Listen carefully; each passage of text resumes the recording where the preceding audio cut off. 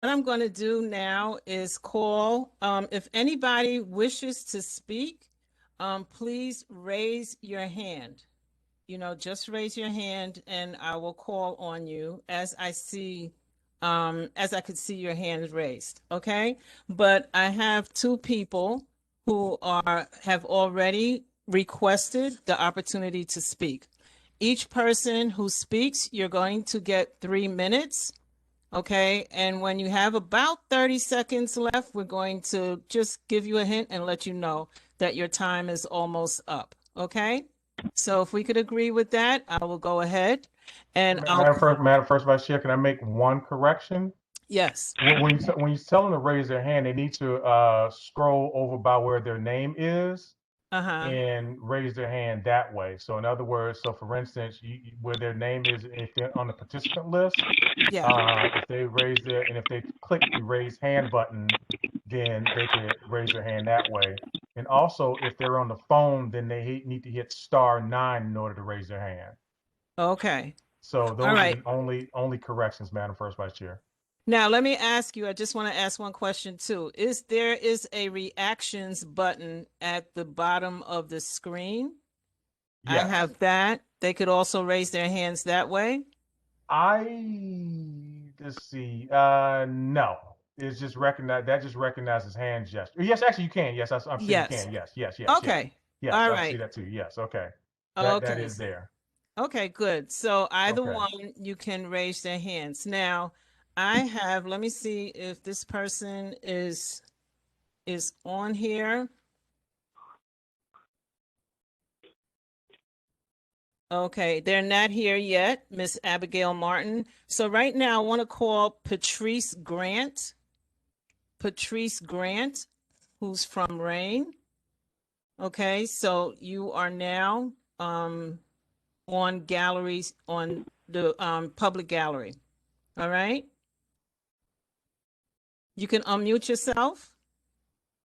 Good afternoon. Okay, so you have 3 minutes, okay? Okay, thank you. Okay, so good afternoon, community and board members. My name is Patrice, and I'm grateful to have the pleasure to speak with you all. Thank you, Ms. Green, for adding me to the speakers list. I'm a social work intern at the agency RAIN, and I attend CUNY Lehman College. I'm here to highlight RAIN Total Care Inc. home attendant services.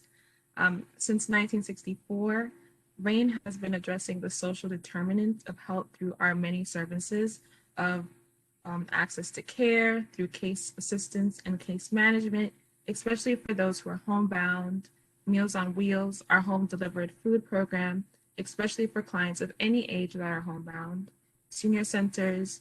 Those centers are currently closed to the public due to COVID-19 precautions. These centers enable older adults to enjoy their retirement years through the provision of activities and a friendly community. These are just a few services out of the 20 that are provided by RAIN Total Care. The agency's mission is to enhance the well-being and quality of life by meeting the immediate needs of people of all ages. We serve even children with developmental disabilities, such as autism, but especially we serve older adults who lack a sufficient support system to remain safe and comfortable at home. One of our goals is to strive to provide the best services of helping seniors to continue to positively function within their societies and within their homes. As your theme is transformation to greatness, we ask that you please spread the word about RAIN home attendance services so that the individuals who can benefit in this community can enjoy the specific service of RAIN. We are also hiring home health aides. It is important to us that we are able to provide jobs within the communities we serve, your community. We are a non-for-profit, mission-driven, and a minority-led organization that is representative of our community. Thank you very much for your time today. I appreciate your sharing and circulating this information. For more information, please visit our website at raininc.org or call us at 718-892-5520. I'll also include the contact information in the chat. Have a blessed day. Okay. Thank you very much, Miss Grant. Okay. Next we have Lavender Ross. Lavender Ross. Okay. Hi everyone, how are you? Hi. Um, I'm feeling a bit under the weather, so please excuse my voice. I'm going to try to make this a little under the 3 minutes to save myself. So I'm actually speaking for Project Hope today. And so New York Project Hope is a statewide crisis counseling response to the COVID-19 pandemic. And what we're doing is we're basically trying to help New Yorkers recover through this pandemic by helping them understand their emotions and providing them with the resources that they need. We're funded by FEMA, we're administered by SAMHSA, and we're managed by the Office of Mental Health. So to break that down is we're basically an emotional support helpline. And we have trained crisis counselors such as myself who help offer free, anonymous, and confidential services to everyone. We basically listen to their needs, we help them identify their emotions, and then we assess them by giving them the resources that they need afterwards. They can feel free to call between the hours of 8 a.m. to 10 p.m. every single day. And we also have crisis counselors who speak Spanish as well. So we've noticed that many people who do call, they're feeling a wide variety of emotions. They're feeling stressed, anxious, isolated, scared. And we try to help them, one, as I said, identify that. We listen to them. Sometimes people just want room to vent. And then we help them by listening to that conversation. And then we say, you know what? You need X, Y, and Z resources. So we also have a website for everyone, for those people who aren't ready to pick up the phone and make that call, but more so just want to check out what New York Project Hope is. We have tips and tricks for coping, ways to communicate, ways to relax as well. And we do all of this. We make it easy and simple for everyone to just go to the website. For those people who, as I said, aren't ready to make that call, but are ready just to kind of get some more information about Project Hope. And so some of the services that we've actually been able to help people with are helping them to locate food banks, housing assistance, financial planning, childcare, health needs, and education. We've actually done really good work right now with working with the local schools. We've been speaking to teachers, uh, families, their parents, and the kids as well. And we're helping them out. We're helping them to understand what they're going through. And then we've been assessing the needs as well. So a little bit about Northside Center. We're actually affiliated with Northside Center, and many people don't know, but it's founded by doctors Kenneth and Mamie Clark, and they were actually known for their groundbreaking research of the black and white 30 test seconds, Ms. dogs. Ross. 30 Oh, seconds. 30 seconds. Okay, great. Well, that's just a little bit about them. That was actually helped to, legally end segregation. So please, we're hoping that you can welcome us with open arms so that we can help your constituents.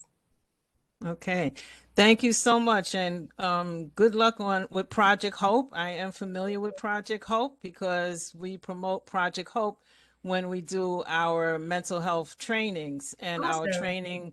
the conversations on COVID. Project Hope is one of the agencies that we do tell people that they can call if they need some assistance, okay, especially with emotional support. Great. Yes. Thank you. Okay, thank you. All right, so next I have Renee Patterson. Renee Patterson. If anybody who just joined us wishes to speak, just look at the reaction buttons and you could raise your hand, or you could hover your mouse over your name and raise your hand, okay? So Renee Patterson is next. Hello. Yes, Can hear you, Nay. Hi. Okay. Good evening, good evening. community. Good evening, full community board, and of course, community neighbors. I hope all is well, and COVID is running away from Community Board 12. I am a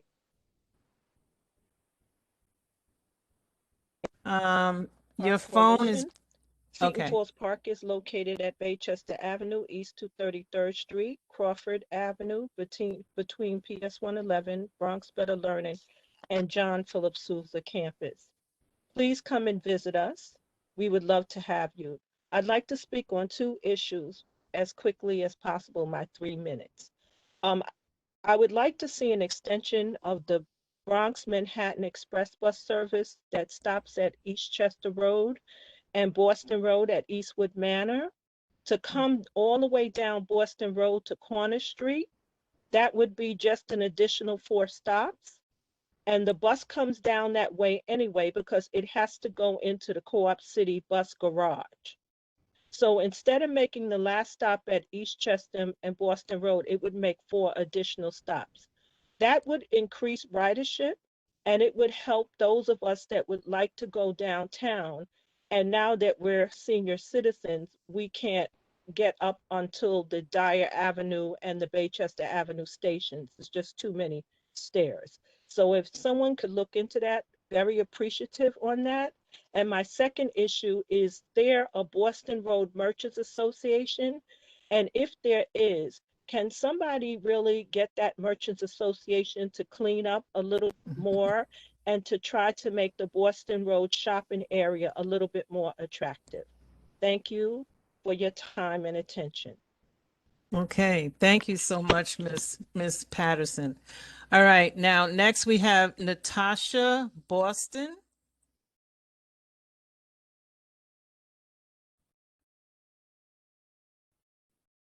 Are you unmuted? No?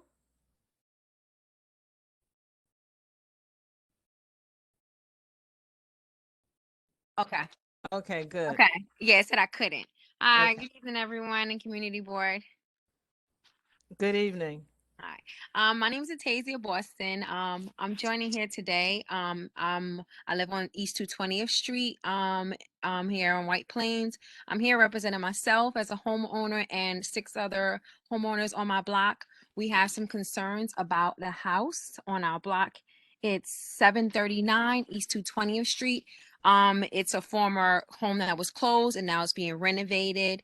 And we have some concerns for the past few months that we try to take care of ourselves, but we need the community's help.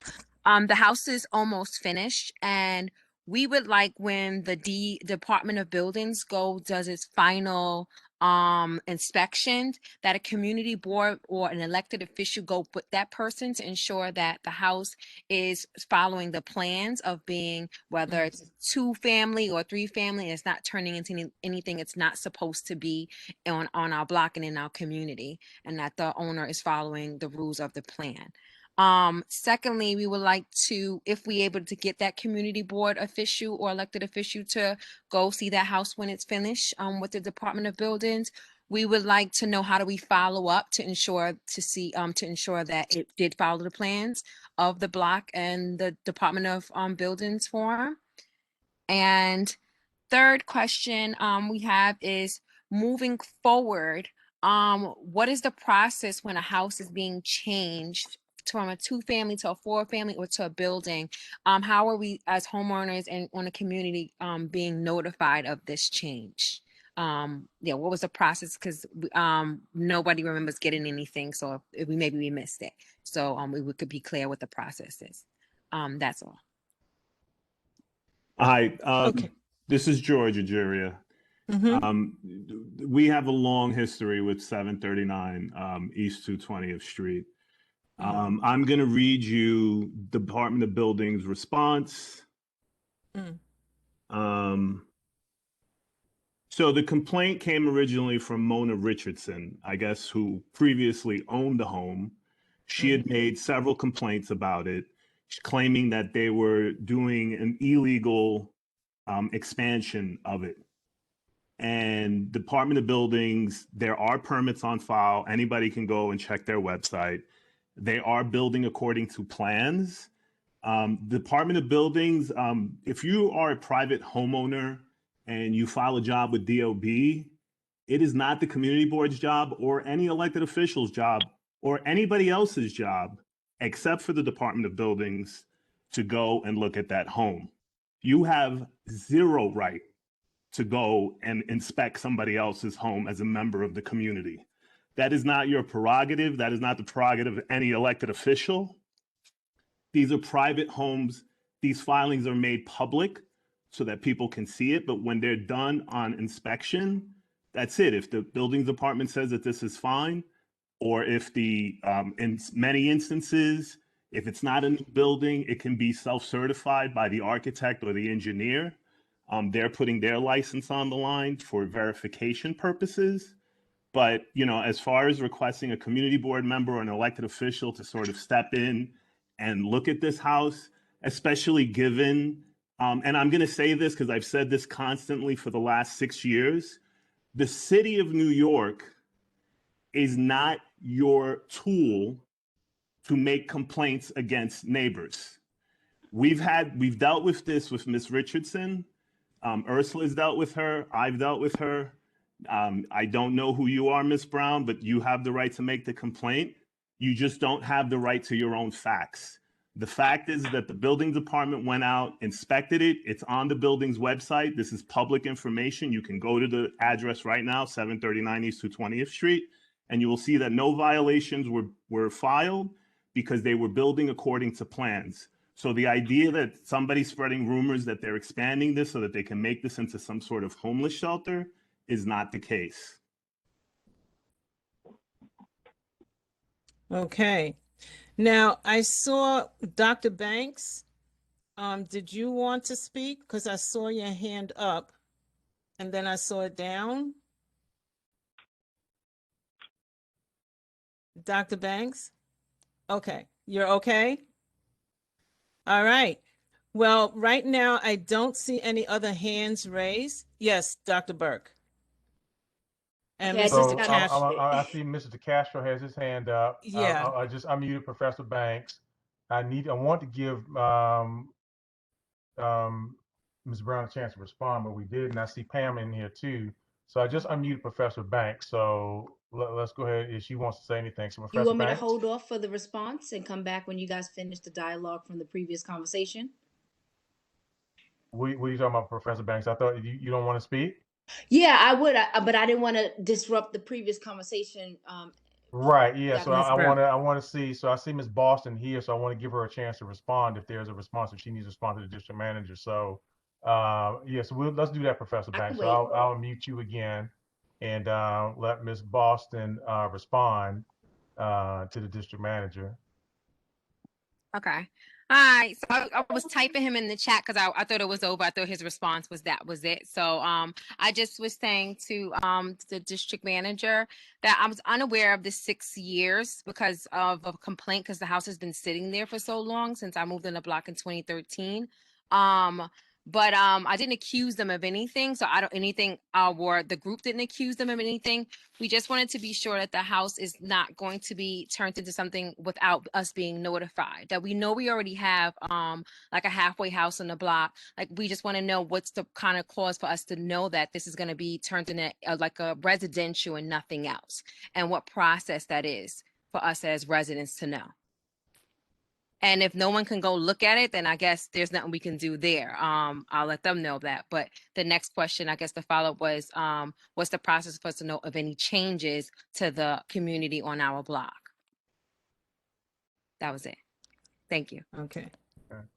So, All so right. did you get all? So I guess my question to you is, I'm sorry, Madam First Vice Chair. So did you get all your questions answered? Is my question to you.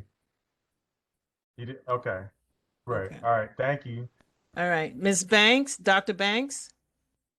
Okay, Mr. DeCastro, we're going to come to Mr. DeCastro after we finish with Dr. Banks. And then we have Ms. Carmen King. Did you have your hand raised? Okay. All right. So Dr. Banks and Pam. Thank you so much for the opportunity to speak. Good afternoon, everyone. I am Dr. Price. I'm Diane Price Banks. I'm representing Bronx Community College and a member of the community.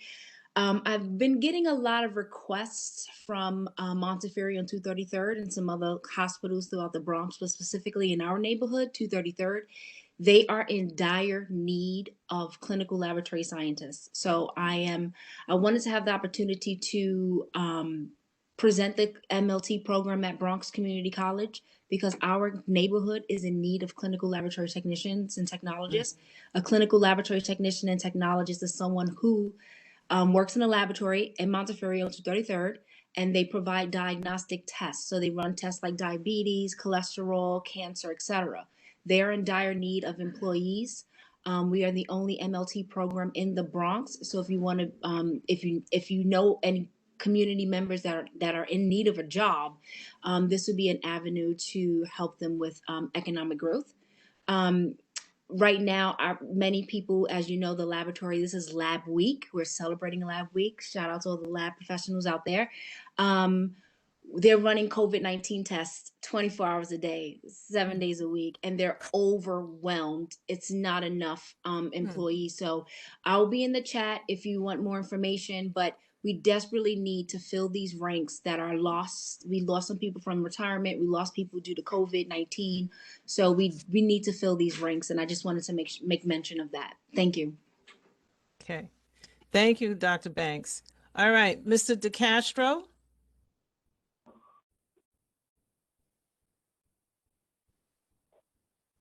See Mr. DeCastro.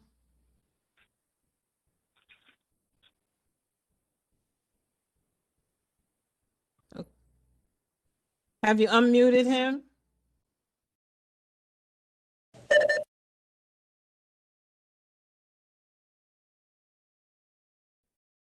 I Okay. just had it, Mr. Castro. Oh, there he is. Okay, he Yeah. was unmuted and then he muted himself again. Mr. Castro. Okay, Mr. Castro. Okay. All right. So, Ms. Hang on for a Carmen. second. He done hit. You Okay. on your computer? Hit the space bar, Mr. Castro. Hit the space bar.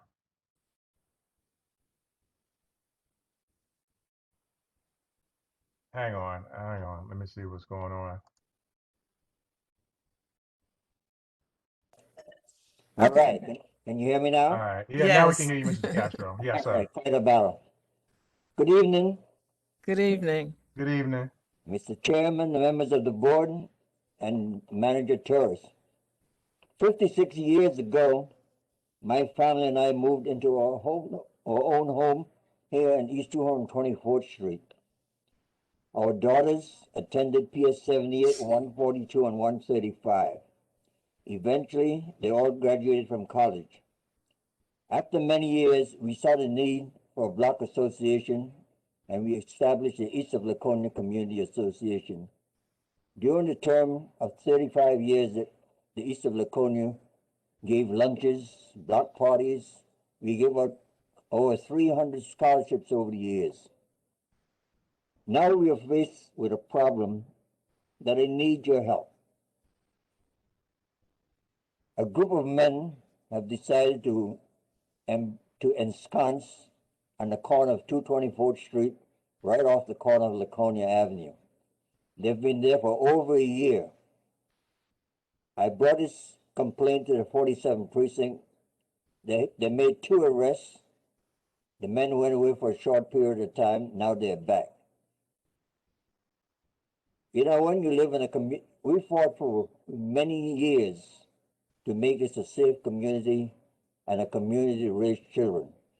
Now to have a group of men come there and loiter with their own garbage pails and their chairs, they leave there overnight and come back the next day, it's a very, very terrible thing to happen in our community.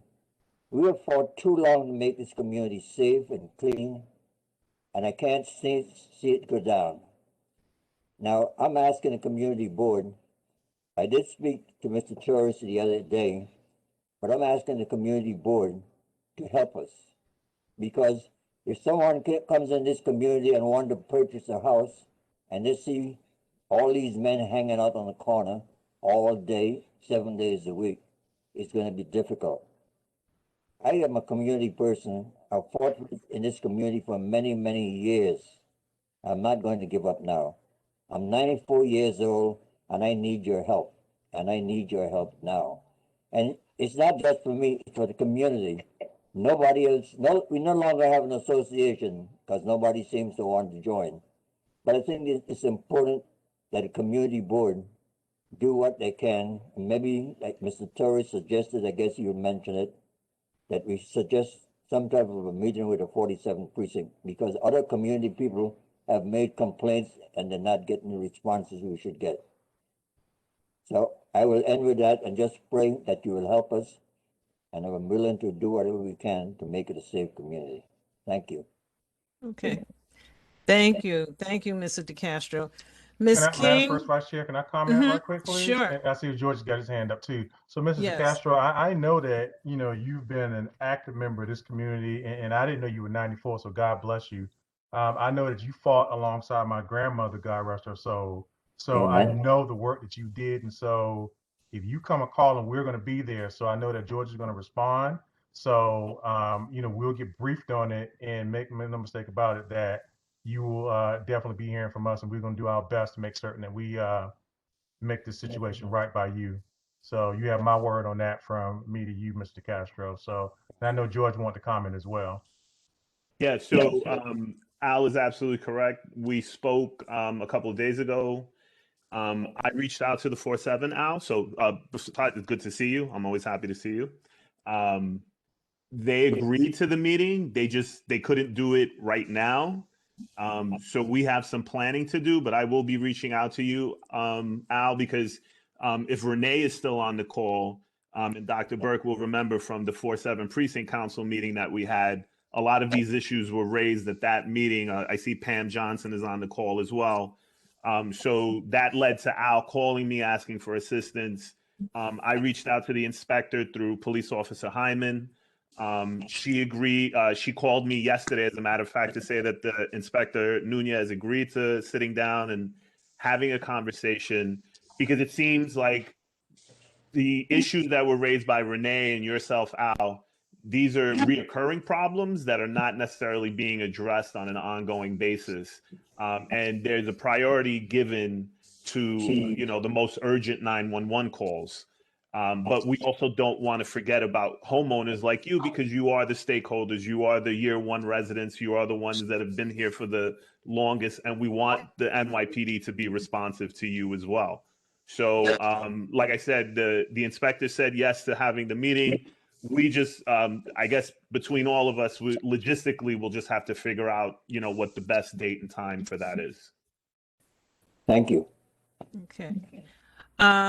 Next, I had Carmen King. Hello, I'm Carmen Hi. King. I'm a resident of East 220th Street between Barnes and White Plains Road. Also very concerned about the 739 property. I understand that everything is being followed to the letter according to the permits as per now. But oftentimes, by the time we find out what's actually happening in a building, it's too little, too late. This community this block has turned from a completely residential area with private homes to an area that has lots of big buildings. I remember when the private house was torn down across the street from me, I received a notice prior to it happening saying, okay, this is what's going to happen. There's going to be a 722 and a 724. And we're finding now that big buildings are going up and we have no notice. And that the area is turning from being private homes to larger buildings, which creates problems with parking, because a lot of these buildings don't have, of course, driveways or garages. So we just concerned that if there is anything that can be done where homeowners are notified ahead of time when structural changes are going to happen. I understand that, private businesses or private people can purchase homes and I guess do with it whatever is within the bounds of our city limits. Still, I feel like there's a common courtesy that should happen to the residents of the block so that they know ahead of time what is going to happen. And we have no recourse if suddenly we have a halfway house and we had no idea that it was coming.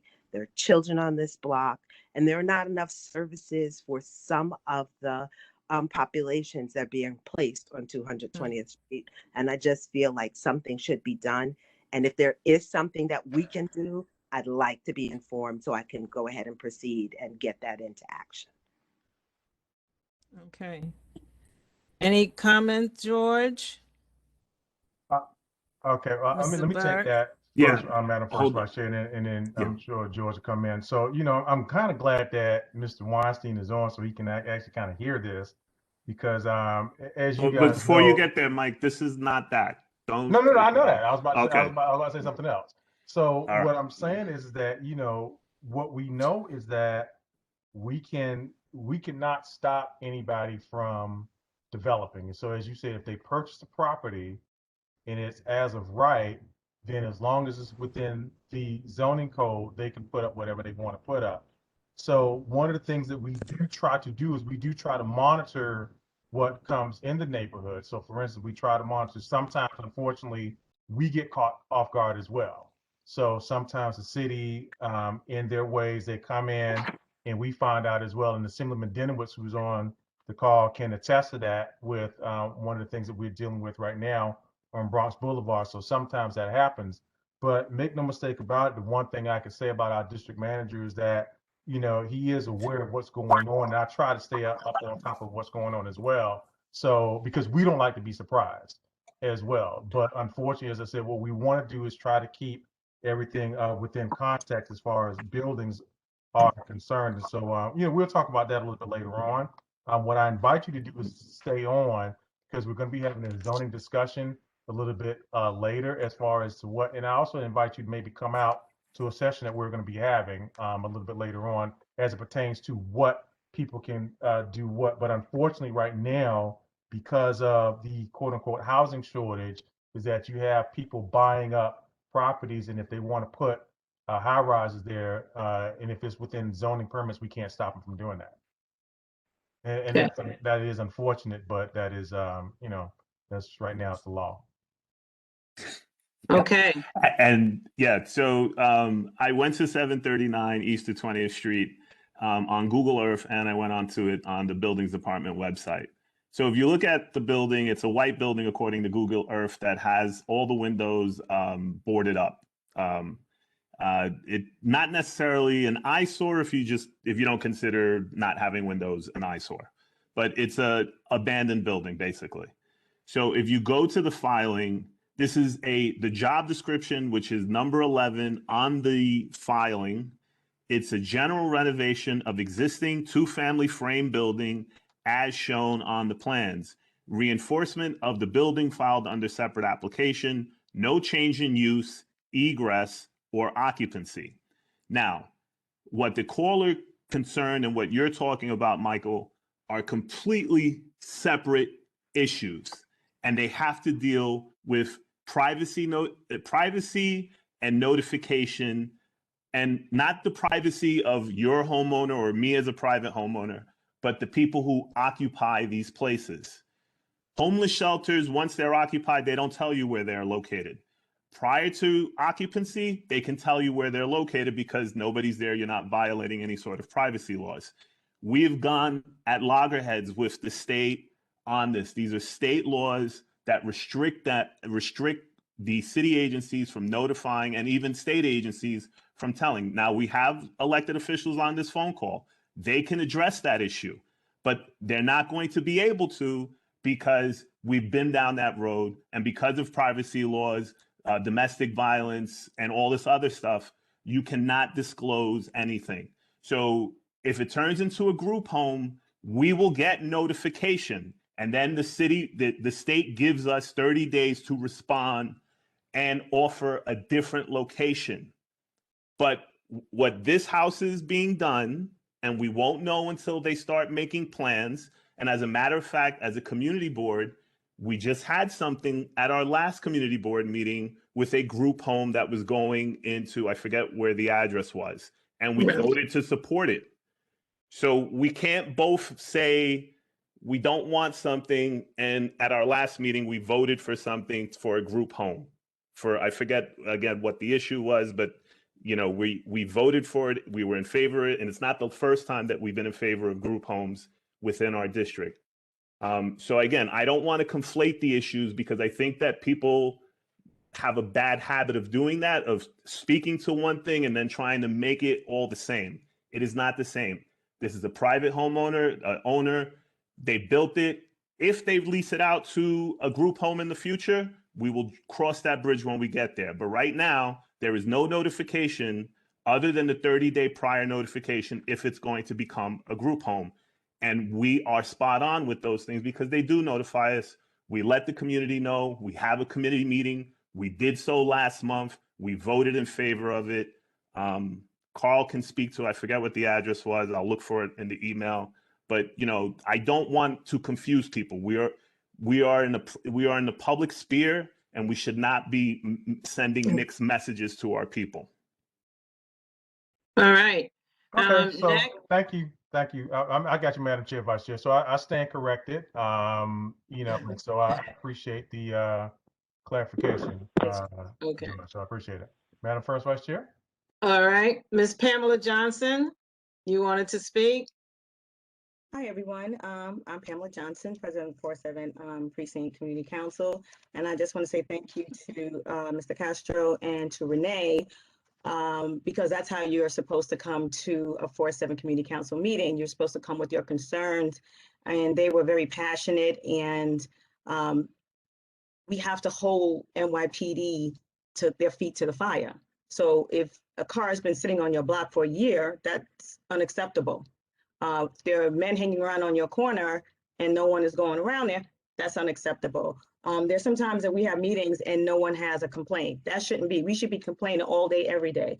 So the next meeting for the 47 Precinct Community Council is on May 12th. If you don't have the link or you're not on our list, you can always email me at 47pcc president@gmail.com. And I just also wanted to, I'm gonna switch hats for a moment. Eastchester Heights is having a pop-up COVID testing site on the 28th, and they're giving away free food from 12 o'clock to 5 o'clock, and that's at the Eastchester Heights Community Center. And the last thing, I'm gonna change hats again because I also work with the DOE. District 11 is having their candidates forum. So those who are running for that seat, it is April 26th. And there are 2 sessions, April 29th. If you want to get a link to see who is going to represent you in District 11, just email us at elections, elections 2021 @schools.nyc.gov. And that is just the conclusion of it. I hope to see you at the 47 meeting. We are also, this year's elections. And so you should be getting an email. Those who have attended 4 meetings, you're able to nominate, you're able to vote, and you're able to be a candidate. As of course, every year anyone can nominate themselves. No matter who sits in the seat, there are open seats for you to run. And that's going to be on May 12th. So I just encourage you to be on the board and to run for a seat. Thank you. Okay. So is there anyone else for the public gallery? Right now, I don't see any hands raised. Okay, Mr. Lanzano? Yes. I'm sorry. Sorry. I just wanted to say that was 814 Chestnut Street, that address. What I wanted to comment on is what George said, that when somebody proposes to move into the neighborhood with a group home, if we vote them down, it's our responsibility to find them another location. That's ridiculous. It should not be in the law. If we vote them down, it should be their responsibility to find another location. Why should we have to? Okay. That's it for now. All right, thank you. Anybody else? Hi, I'd like to. Can you hear me? Who's speaking? My name is Luke Zabados. Okay, yes, Luke Zabados. Hi, thanks so much. I just wanted to say thank you to Chair John Isaac and the rest of the Transportation Committee for your questions and the safety plan for White Plains Road. I ride a bike sometimes down the road and it's kind of scary because of all the columns and it's dark and stuff. So I'm glad that I can start using that road again and patroning businesses along that stretch. I live right off of Bronxwood Avenue. But yeah, thanks so much, and excited to be here at these meetings and get involved. Okay, thank you. All right. Yes, Mr. Hall. Yes, I just kind of feel bad because I think we're leaving Miss King and Miss Boston out of the loop somewhat. And what I'd like to do, all right, because I understand the complexities. Carl Lanzano hit it on the head. I understand what George Torres was talking about. We need to find an avenue so that all of the constituents, like Miss Boston and Miss King, understand all of the complexities involved in what we're talking about. And I just don't like leaving them hanging like that. And as a housing chair, I mean, I'm going to try to come up with some type of action plan so that you can be further educated on this process so you understand the complexities involved. It's just not a walk in the park. That's all. I mean, I can see the question marks on their forehead, and I want to do something in their best interest. Okay, so I just want them to know that I see what you're thinking. We need to come up with a better remedy so that you can understand the nuances. And at the same time, as Carl Lanzano said, we need to lobby. So I'm going to stick with you. Okay. I just wanted to let you know. Thank you, Madam First Vice Chair. Okay, sure. Thank you. All right. So if there is anybody else, is that you waving your hands, Mr. Figueroa? No. Okay. All right. So with that being said, I think we're now going to close the public gallery and move on to the next item on the agenda. And I thank you all for your participation. All the things that you have said will be taken into account and will be directed to the proper persons that could handle the situations that you spoke about. Okay? So I thank you for your time and now turn it over to Mr. Burke, Dr. Burke, to continue with the agenda. Thank you. So thank you, Madam First Vice Chair. Really appreciate that, and I appreciate you. So what we're going to do now is, so we're going to close the public gallery, and we're going to go into the elected officials portion of our meeting. And what I'm going to need to do is I'm going to need to mute some mics because it is pretty evident that we still have people that aren't doing as such. So what I'm going to do now is ask, first of all, for our congressman. So I understand Congressman Jamal Bowman is, or someone from his office is in. So Congressman Bowman, if you are there, please unmute yourself so that we can hear from you. Okay. Hey, this is Nicholas. I apologize. Is it okay if you guys can give me if you can circle back to me? I'm trying to get the congressman, trying to find the update. Okay, so tell you what, so let's go through the rest of the elected officials and then I'll come back to the congressman. How was that? Sounds good. Thank you. Thank you, sir. Okay, great. Okay, so is Mr. Antonetti here from Councilman Rowley's office? Actually, before we begin, before I do that, let me actually welcome our new councilman. So Councilman Denowitz, so I see you there, I see you smiling. So right now, I believe you can unmute yourself if I'm not mistaken. Yes, I allowed you to unmute yourself. So first of all, congratulations on your win and welcome as now Councilman Denowitz to Community Board 12. Thank you. Thank you very much, Doctor. Yes, it's I've been to a number of the meetings before as your Democratic district leader, but this is my first meeting as your city council member. And I first want to thank everyone here. You know, the areas of Woodlawn and Wakefield came out very strong in the election for me. So I thank you very much for that. You know, one of the things I said during the campaign was making sure that your voices are heard, making sure your needs are met. And so already we've, when Dr. Burke said new member, I was sworn in a week ago. So it is very new. And while I'm in the process of reopening my physical office, we have to submit this safety plan.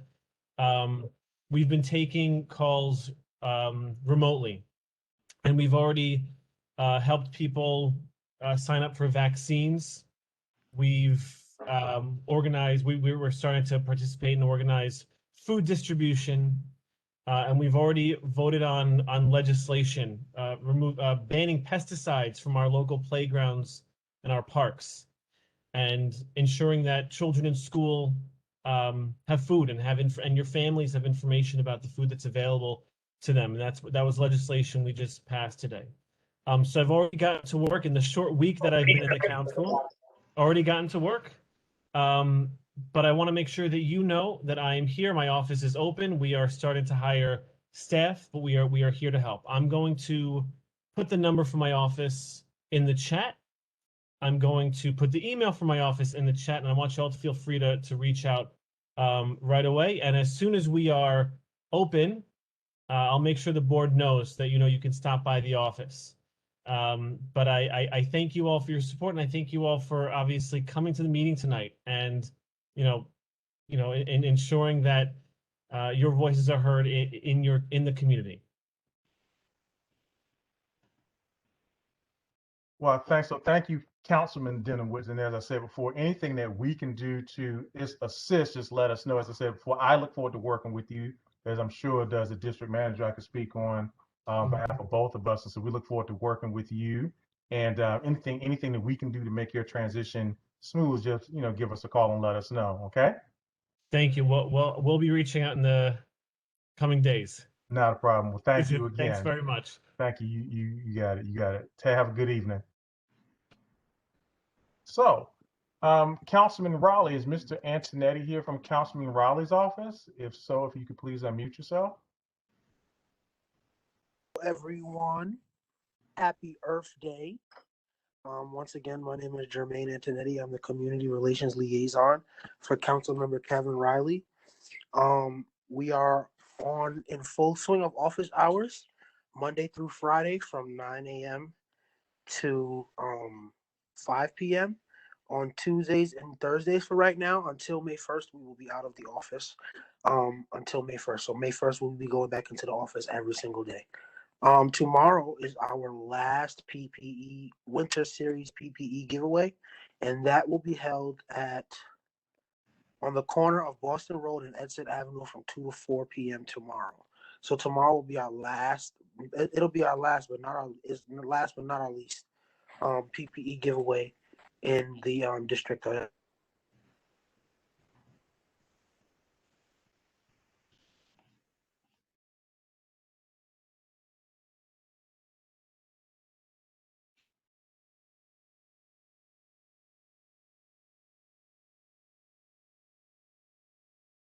We can't hear you.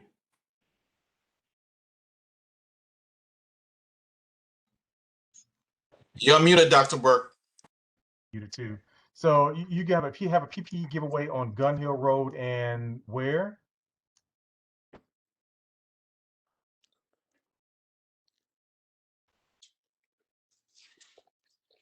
It was on Boston Road and Edison, he said. Boston. Okay, I thought I heard Gun Hill somewhere. Okay. So, all right. Thank you, John. So it's one of those nights tonight.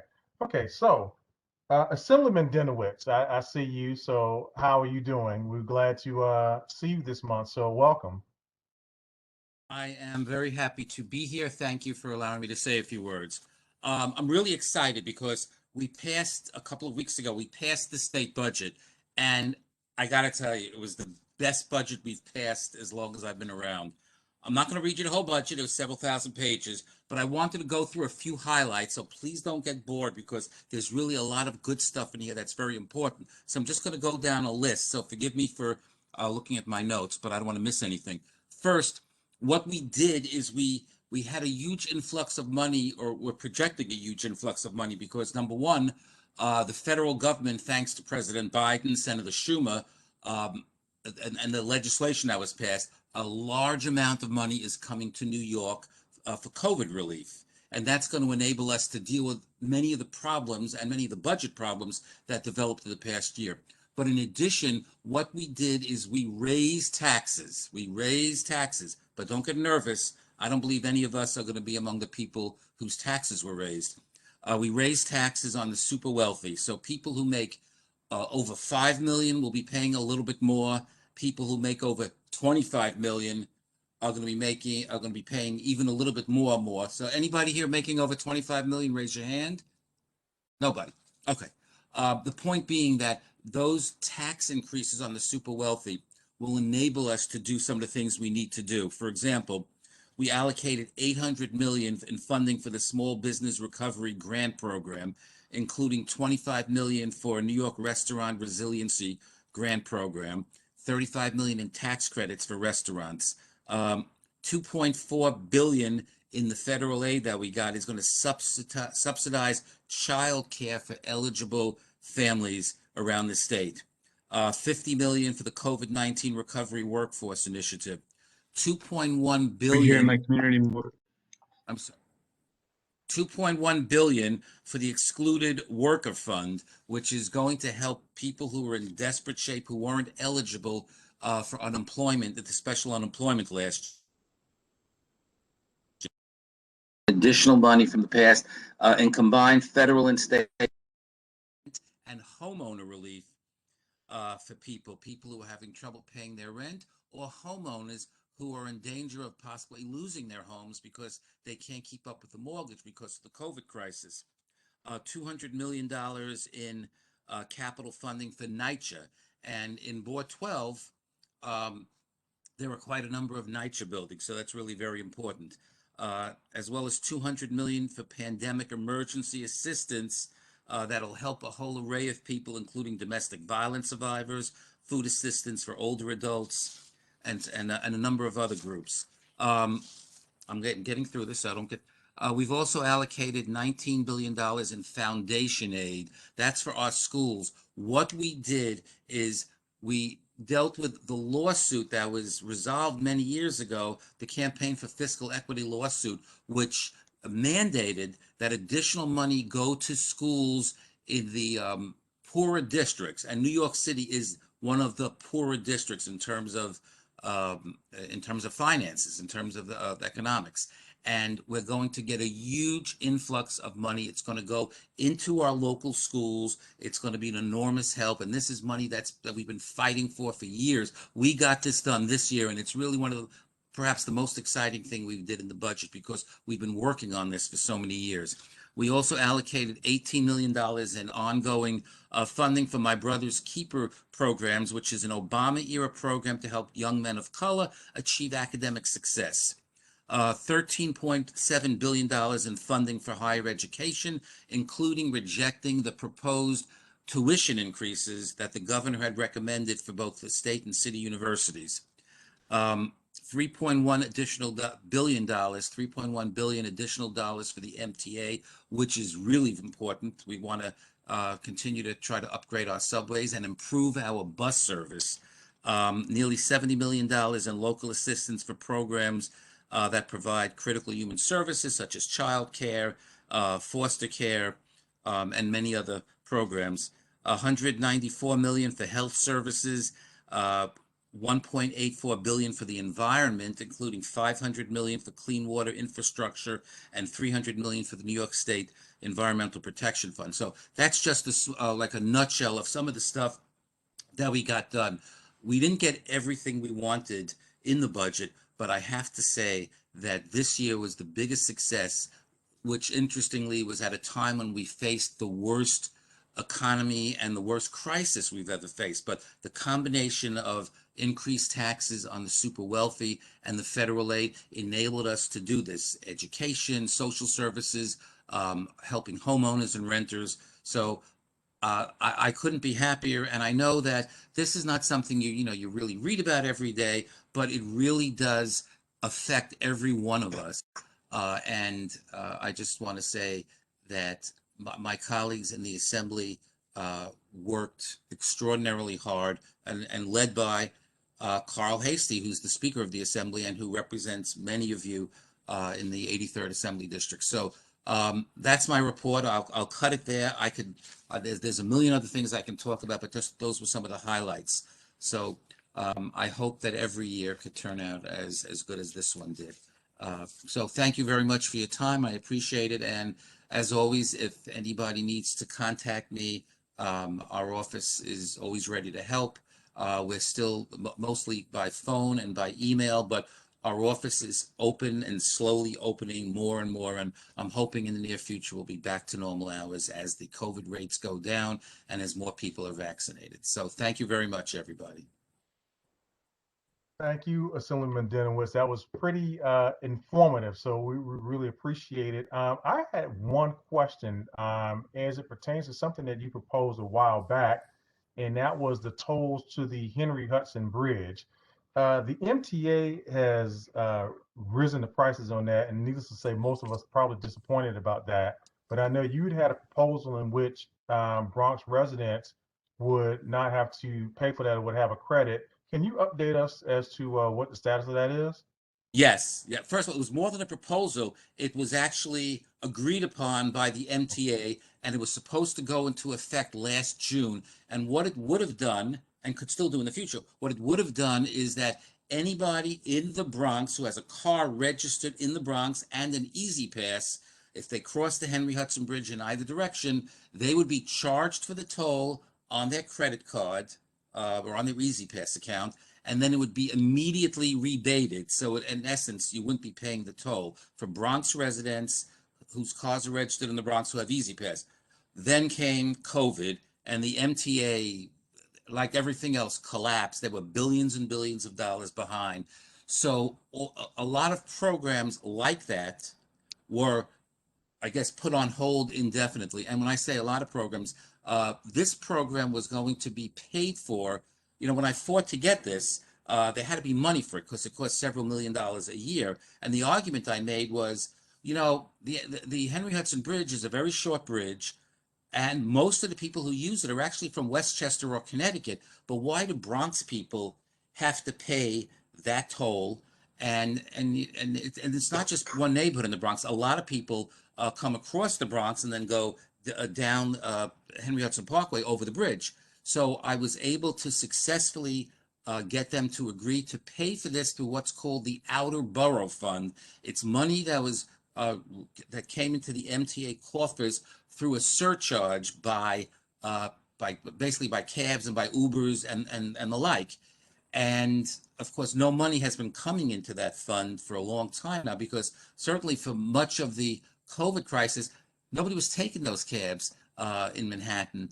And so the money wasn't generating revenues. And there were other things too that the MTA agreed to do around the city. So a bunch of these programs were put on, I'll say, indefinite hold. But it's my intention to make sure that as they get back on their feet, that this comes into effect. I don't think it's necessarily happening tomorrow, but I'm not letting up on that. It was a huge victory when I got that done, and I don't like to have my, I don't like to have victories snatched away from us. So I intend to make it happen, but COVID-19 will have caused a significant delay in it. Well, again, Assemblyman, like I said, I've worked with you on several projects, and so I look forward to the day when we do get those rebates back. So again, thank you for your hard work with that. And as I said before, I look forward to continuing to work with you. So again, thank you. Thank you very much. No problem. Next is Mr. Went here from Speaker Mr. Hastie's Alexander, office. we had a question from Colin. Oh, I'm sorry. Yes. Yes, John. We had a question from Carl Lanzano, who was raising his hand. I was just trying to let you know. Oh, okay. I'm sorry. Okay, Mr. Lanzano. You gotta mute yourself, Mr. Lanzano. There you go. Oh, okay. You hear me now? Yes. Okay. I don't mean to sound cynical, but with all those billions coming to New York, what percentage of it is going to help get rid of those people that are destroying Mr. DeCastro's neighborhood? Well, first of all, Carl, you do sound a little cynical, but I get what you're saying, though. The funding that I mentioned is for the purposes that I mentioned. And what Mr. DeCastro brings up is a problem which is unfortunately, which is not unique. We have issues like this all over the place, and I think the city has to deal with some of that. It's a state issue. I'm sorry, Defunding the police. talking about the and rule regarding finding another Okay, location. okay. So, Mrs. Lanzano, you have to let Mr. Assemblyman Sorry. Jewett answer the Okay. question, please. I apologize. Well, first of all, that's not a funding issue, Carl. No, that's right. I'm not sure if that provision is part of what's known as the Padovan law or if it's a separate provision. But getting that kind of change is certainly not something which would be very easy. But I agree with you. If one location is bad, it would seem to me that those who are advocating and making the proposal, the onus ought to be on them to find a location, not on you to find a different location. It makes no sense. But I'm going to look into that. But I got to tell you, I'm sure this is not the first time over many years that issue has come up in one part of the city or another. That's why I say it's a problem that is not unique here. In my assembly district, we have a lot of group homes, and to be perfectly honest, most of them are not a problem. Sometimes there is a problem. I mean, this board has voted on numerous occasions in favor of it, of one home or another, because most of the time there's no reason not to vote for it. But sometimes there may be, and so I agree with you, but I can't give you an easy answer right now. Okay.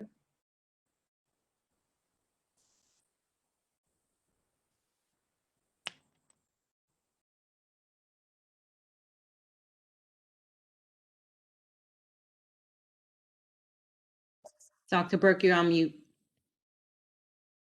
Thank you. This is where I mute myself, right? So thank you, Madam First Vice Chair. Congressman Bowman, welcome to Community Board 12. We're glad to have you here. Hello, sir. How you doing? We're doing fantastic. And yourself? Doing well, doing well. Just got back from DC. Not a problem. We're glad to have you. And I'm sure you have some good news for us here. Yeah, you know. Well, the Few fact good that you're things. alive and that you're here is good news. That's the first thing, you know. Well, yeah. First and foremost, you know, alive, which is a good thing. You know, January 6th was pretty crazy on many levels, but we got through that. We got through second impeachment. We got Trump out, but there's a lot of bad actors still in Washington, still in play, still mobilizing grassroots in their communities to continue what the Republicans are trying to continue, which is they do not want a multiracial democracy. They do not want to invest in the working class. They do not want a progressive tax code. There's a lot of things they don't want, and they continue to push a racist narrative and racist animus that is scary and disgusting. I mean, look, January 5th, we won Georgia. For the first time in Georgia's history, Georgia sent a black and Jewish senator, Democrats, to the Senate. First time in history. And Biden won Georgia as well. And as we know, whenever there's social progress, there's always, white backlash specifically. And that's what happened on January 6th. But we got through that. And now Congress, along with the House, the Senate, and the White House, we've been working together to push a bold progressive agenda. So, the American Rescue Plan is step one in the three-step process of really bringing resources to where they're needed the most.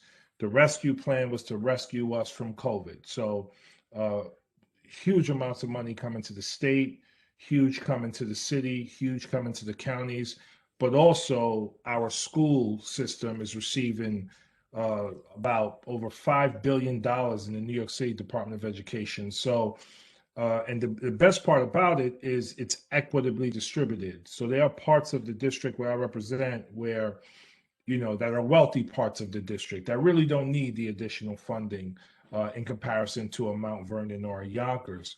So Bronxville, for example, is only receiving about $300,000 from the federal government, whereas Yonkers is receiving about $68 million, and Mount Vernon is receiving about $40 million.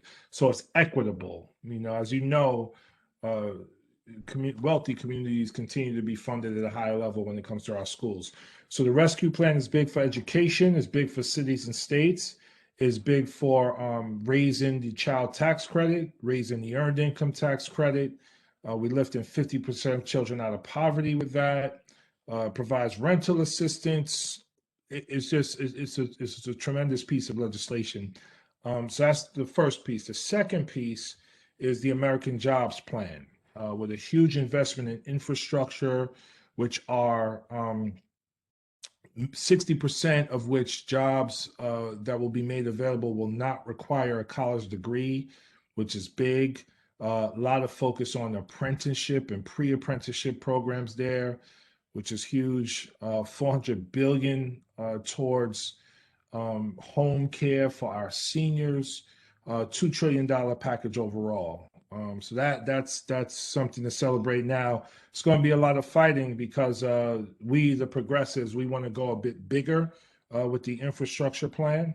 So between now and when the legislation is passed, probably in the summer, there'll be a lot of back and forth and a lot of wrestling with that. So those things are going well. And for myself, I've introduced 2 bills and 1 resolution in our first 100 days, which we're very proud of. We co-sponsored over 150 pieces of legislation.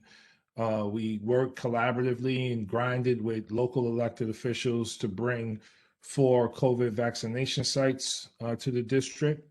And we just continue to listen, man. We just continue to plug in, listen and learn from the people, and then take legislation back to Washington in alignment to what we hear from the people. So far, so good. And if you didn't know, I was elected vice chair of the Ed and Labor Committee, which is a big honor, coming from, 20 years in education as a teacher, counselor, and middle school principal.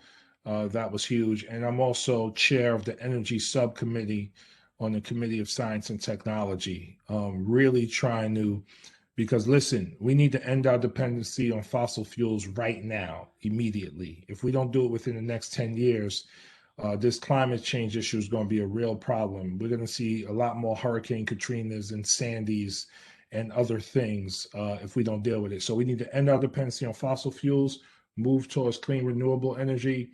And what that means is, not just wind, solar, and geothermal, but also battery storage, also energy transport, and also even the cement we use is very carbon intensive. So we need to discover new sciences to get us to a place of true net zero carbon energy.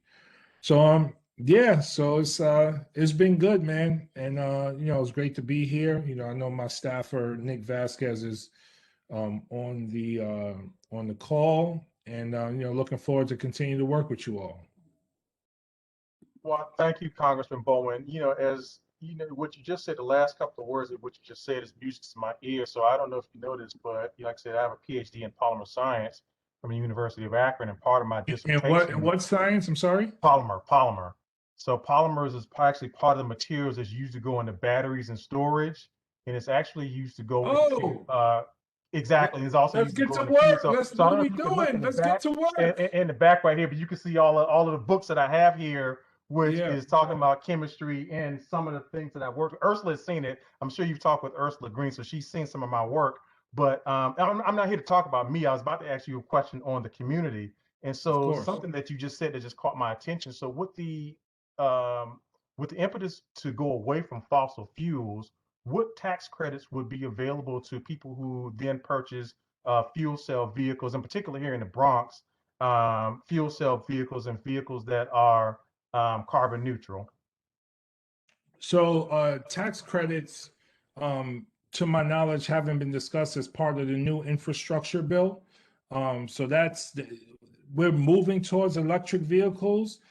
Tax credits weren't, I didn't see that as being a part of it as of yet. I'm sure it will come up, but it's not part of the conversation. But what's going to happen with this huge federal investment is you're going to see the price of electric vehicles go way down, and you're going to see infrastructure built to power up electric vehicles. So think of, gas station being replaced by charging stations. Like that's what's going to happen across the country. So because the federal investment is going to happen, prices are going to go way down, and electric vehicles will be more accessible to people who are currently driving gas-based vehicles. But I didn't see much conversation, haven't seen much conversation yet on the tax credit piece. Okay, thank you, Congressman Bowman. What I would like to do is open it up to a couple of questions from members of the community. And so, in particular, members of the community board, I should say, Congressman. So first of all, welcome to your first meeting, but I'm sure it's not going to be your last. And so what I would like to do, I see Dr. Goff had her hand raised. I see Mr. Hall has his hand raised.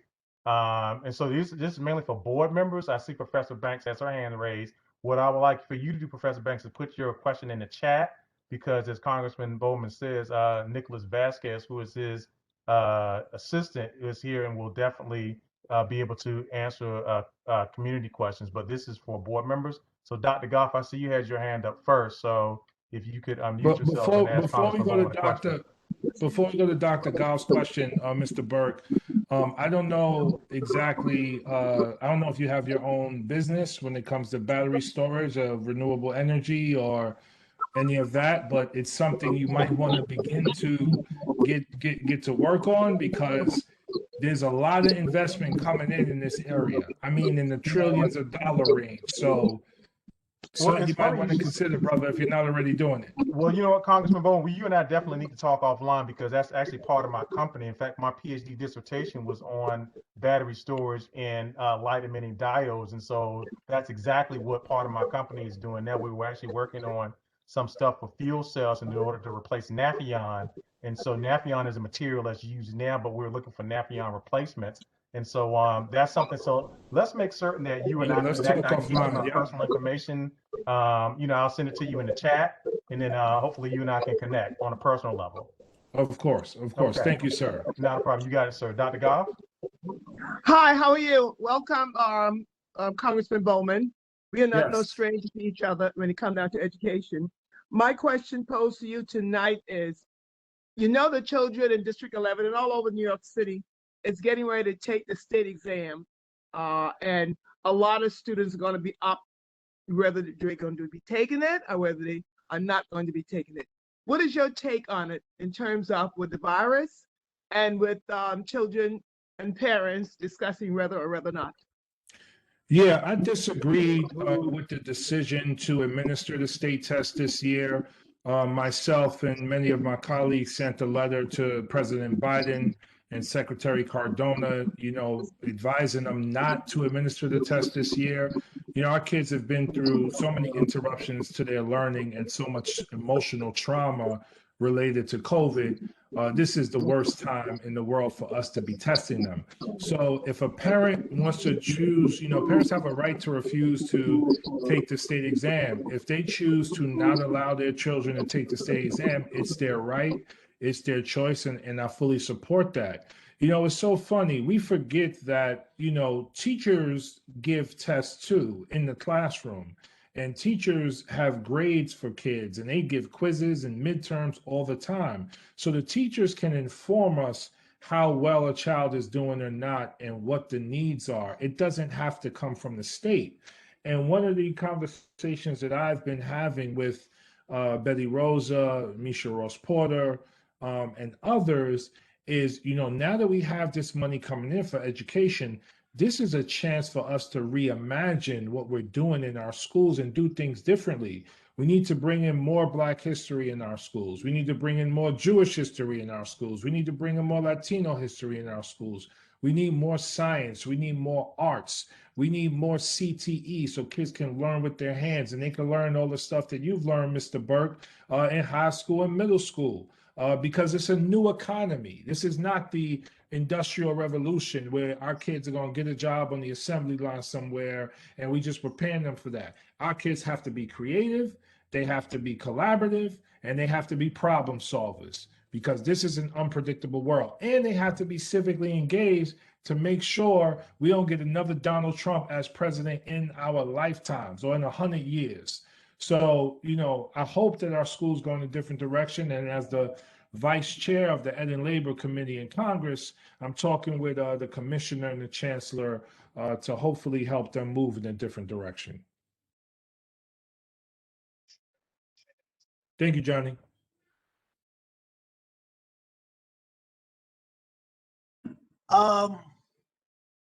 Congressman Bowman, this is Robert Hall from the Housing Committee. Hello, sir. How are you? Okay, I want to thank you for coming into Gun Hill and our little brief interlude there as far as we got.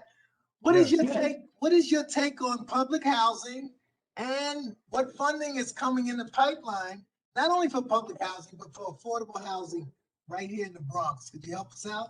Yes, so we need to sustain and expand our public housing stock. You know, public housing has been neglected for 30 years by the federal government and hasn't received a dime in over 10 years. So it's time to reinvest in our public housing stock, and it's time for us to implement a Green New Deal for public housing.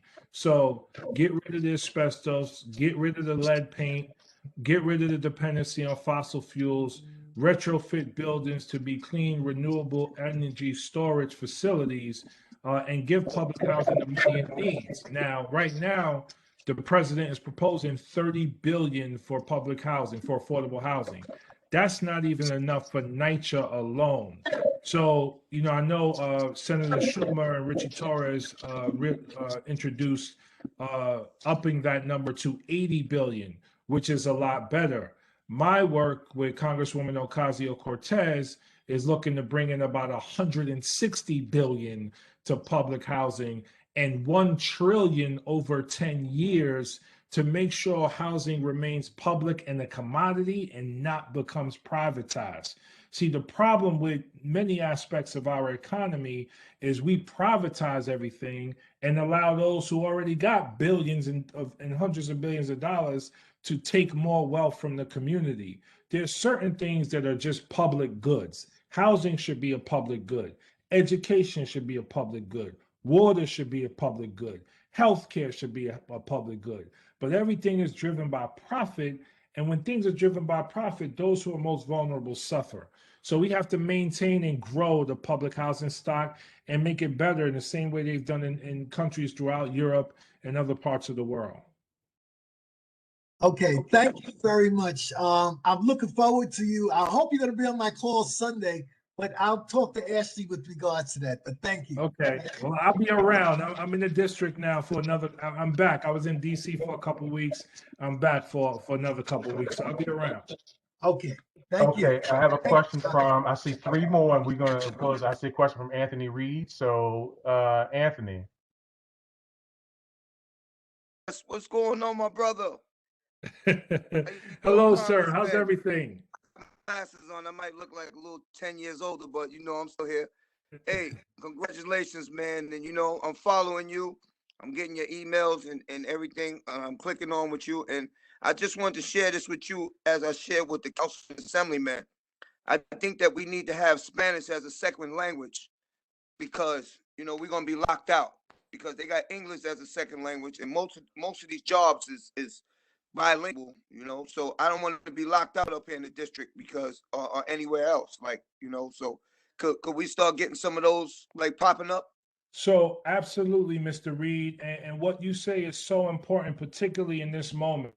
So we have a lot of money coming into our public schools right now, a lot of money. So it's really important for you to engage your school principal and your school superintendent and ask them to bring in more foreign language into our schools. Now, here's the key piece. We often wait till high school for foreign language. Right. We can't do that anymore.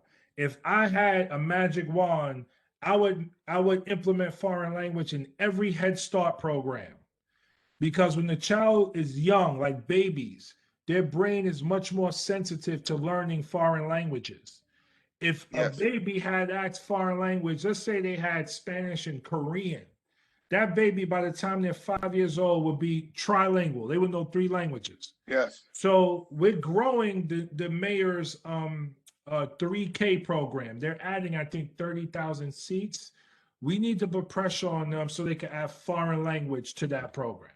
Because then our kids will be entering school already knowing the language. So that needs to happen in elementary, even more so than high school. It needs to happen K to 12. But if Yes. we're going to do it, and if resources are a problem, we need to do it at the elementary and pre-K level. But I'm going to bring that issue to the superintendent and the chancellor, but you have to too, because it needs to be grassroots. You understand? Like if you, let's say you and everybody on this call the let's say the superintendent get 10 calls about foreign language in our schools. Now she's going to pay attention to it. If she get one call from me, she's like, oh, Jamal is, Jamal always got these crazy ideas. I don't got to listen to Jamal. He's just doing it on his own. But if she gets it from the people in the community, she got to respond because now she knows the community wants it. Does that make sense? Yes, thank you so much. So I'm definitely going to do my part. And if you need to get in touch, if you need to know how to get in touch with the superintendent, you should be able to Google it. But if you still can't find it, just reach out to my office and I'll help you. All right, thank you so much, man. You're doing a great job. I'm proud of you. Thank you, sir. Appreciate it, man. Thank you. Okay. Congressman Bowman, I have a couple more questions. I see Mr. Boris has his hand up, and so I'm going to recognize him, and then I'm going to recognize Beatrice Cornell. Mr. Boris? Thank you, Dr. Burke. Jamal, Mr. Bowman. Yes. Pleasure to make your acquaintance, and this also goes out for to Mr. Denowitz. I just wanted to know if there's anything being done about the Title IV Act. It's detrimental to our community, and I know that a lot of us aren't familiar with the Title IV Act, which enforces child support. The reason why I feel that it's detrimental to our community, especially our families of color, is that the Title IV Act, what it does, if you're not familiar, is that it matches all of child support funding to go to other to give federal funding. So what ends up inevitably happening in our court system in our communities is that there's an incentive to enforce child support, and we want to create a different climate for our families in this day and age, with especially our families of color. We don't want deadbeat parents anymore. What we want to do is we want to be a part of. And the Title IV Act basically it doesn't enable for that to happen. So I just want to bring attention on this platform to that, and it's something that it should be addressed and is being clearly overlooked. Mm-hmm. I don't know. I think that's a state policy. I'm not familiar with that at the federal level. So I think it's a state. The funding is actually matched. So what inevitably what ends up happening is many parents, and I don't want to use fathers in particular because it's also mothers. Yeah. They're actually put on child support as an incentive to get federal funding, and it goes to show you that where a lot of our funding is coming from. Yeah, I need to look into that to see what the federal aspect of it is. I'm not familiar with it. I think the original act is a state level act, but I need to do some research on it. So let me do some research and get back to you. I'm not familiar with it. Appreciate it. Appreciate you. Thank you. Nicholas, you got that, right? Let me just make sure. HR 4, sir, am I correct? The Title IV Act. Title IV Act. Enforcement of child support. We'll look that up and we'll get a handle on it. Thank you. I got you. So ultimately, again, I just want to say that it breaks up our families, especially our families of color. Thank you. Thank you. Congressman Bowman, thank you for being here with us. We're super excited to have you here. My name is Beatrice, and I am the chair of our ad hoc not-for-profit committee. And this goes actually to all the other elected officials and their staffers who are here as well. You mentioned a few things, the for-profit systems, which, as you know, typically ends up creating a lot of disparities for our community. We're an example of that. And I love that you mentioned the collective power. And as our board, we really are fighting hard to enhance the quality of life for all of our residents. And as the chair of the ad hoc not-for-profit and my other committee members that are here, we're looking to, one of the ideas that we want to do to start a nonprofit is start an education center. And I know that you're big on education, but not just for the youth, also for our adults and our elders, and get licensings and vocational kind of like trainings. And so we're looking for support. What we're doing right now is actually surveying the community, and we're trying to connect with all of the elected officials so that they can help us collect completed surveys from the masses. So I already sent a chat to Nicholas, so I just wanted you to be aware of that this community board is really working hard to supplement. We lost of funding, this community board. Our district manager can talk about that. And so we're looking to get supplemental income and develop this nonprofit organization. An education center would be great. You're big on that, so we're hoping you can support our efforts. Of course. When are you looking to start again or open back up? So we're already circulating the survey. That's one of our biggest mission right now. We're giving ourselves 6 weeks. So we're looking for local elected officials to help us circulate, do email blasts for us, and just get the word out and help us promote this and build awareness. What physical space are you going to be using? We're in the middle of planning all that. Right now, we're in the research and planning, serving the community, but I know there's a local YMCA here. Maybe they could lend a space. Where's their YMCA? There's one opening up right here, I believe is in. Is that close to opening now? The one by Baychester? Yes. 50 East 229th Street. That's where I'm working at, Mr. Ball. Come and visit me. So they opened up, the new Y opened up right there by Baychester houses? No, right in back of Spelman. It didn't open up, but they actually just opened up a vaccine center over there. Okay. And I But believe it's gonna be open up. It's gonna be opening, you're saying? Yeah, Yes, but we're gonna be there for a couple more months. Okay, Sorry okay. for cutting you off, Beatrice. It's We're okay. gonna be there for a couple of months, and you need to come by so I can show you a walkthrough. Right, I'm at the gate. Absolutely. I will.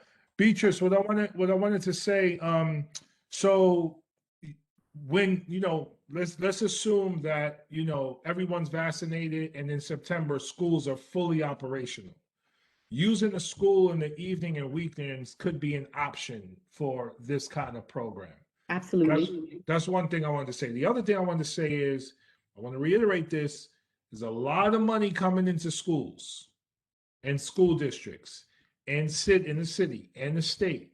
So you mentioned losing funding, that money is coming back. So please be in communication. In addition to us as elected officials, you have to be in communication with the school superintendent, the chancellor's office, and even at the state level. It's very important because the program you're talking about we need more of that. We need as many programs like that as possible to provide both adult education and whatever other services we want to provide. Stuff that happens outside a traditional school setting, right?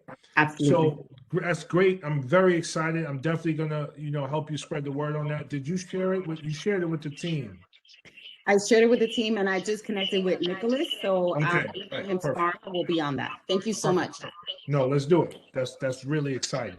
Thank you. Congressman Bowman, I have one other thing I'd like to present to you. There's some questions in the chat. One's from Professor Banks. So before we let you go, because we actually need to move forward, but there are some questions in the chat that we would love for you to address. She asked the questions about HR 40 and some other legislative issues that are up on Capitol Hill. So if you would please take a look at Professor Banks's questions, and we invite you to stay on because, as I said, we got other elected officials that we want to get to as well. But if you feel free to stay on and answer her questions, if anybody else has a question for Congressman Bowman. So I'll Nicholas, we'll grab these questions and I'm not going to be able to respond to all of them now, I don't think, but Nick will grab them and we can follow up. Am I echoing? I think someone needs to mute. Yeah, I think there is an echo, so I'm about to lock all the mics again because unfortunately board members are. Yeah, you might want to lock the mics. Yeah, I'm gonna have to lock the mics again. So hang on for a second, Congressman. Let me do that, and then okay. So Congressman, you're still open, right? So regarding HR 40, so thank you for that question. So John Conyers had been introducing HR 40 since 1989. HR 40 is the bill that seeks to form a commission to study the potential need for reparations for the African American community. It's been introduced since 1989. It has never been marked up in committee or made it to the floor for a vote.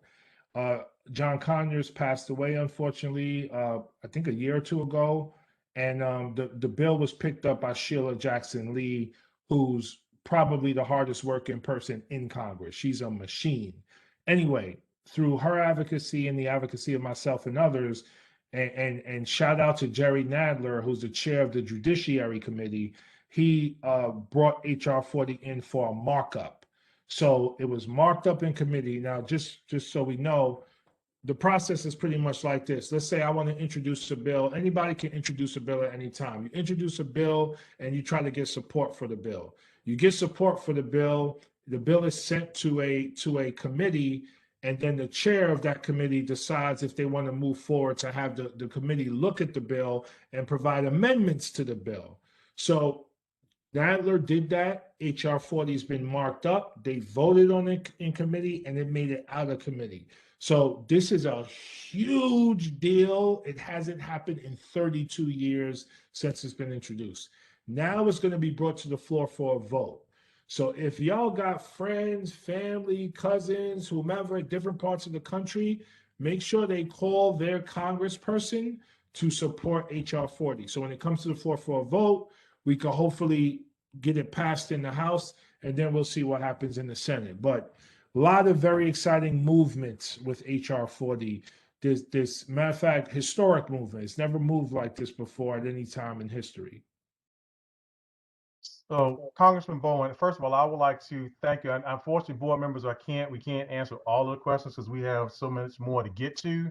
But I see Mrs. Bond and I see Mrs. Moore, as well as others. If you have questions, please put them in the chat. The congressman has agreed to stick around, as well as Nicholas has stuck around as well. Stick around as well to answer your questions in the chat. But Congressman Bowman, I put my personal information to you in the chat as well, but I will also make sure to get it to your chief of staff, Nicholas Vasquez. And so with that being said, thank you so much for coming in. I'm glad to have met you virtually. I look forward to the day when I can meet you in person. On behalf of the constituents of Community Board 12, again, thank you for the work that you do. Congratulations on your win, and we look forward to hearing from you again in a not too distant future. Of course, listen, and do not be shy, okay? I want you to call me all the time, harass me, ask me for everything. Do not be shy. If y'all are shy and I don't do something, I'm gonna blame it on y'all, not me. So y'all better tell me what's going on. Don't be shy and stay connected, okay? Well, not a problem, Congressman. It's all about accountability, and so That's I right. preach that, as do I. So, again, we do appreciate you, Thank and we will do just that. I'll let our fingers do the walking. That's And, right. That's right. So, exactly. Peace and love, y'all. Not a problem. Nicholas will Take care, stay on. Congressman. Not a Okay. problem. All right, thank you.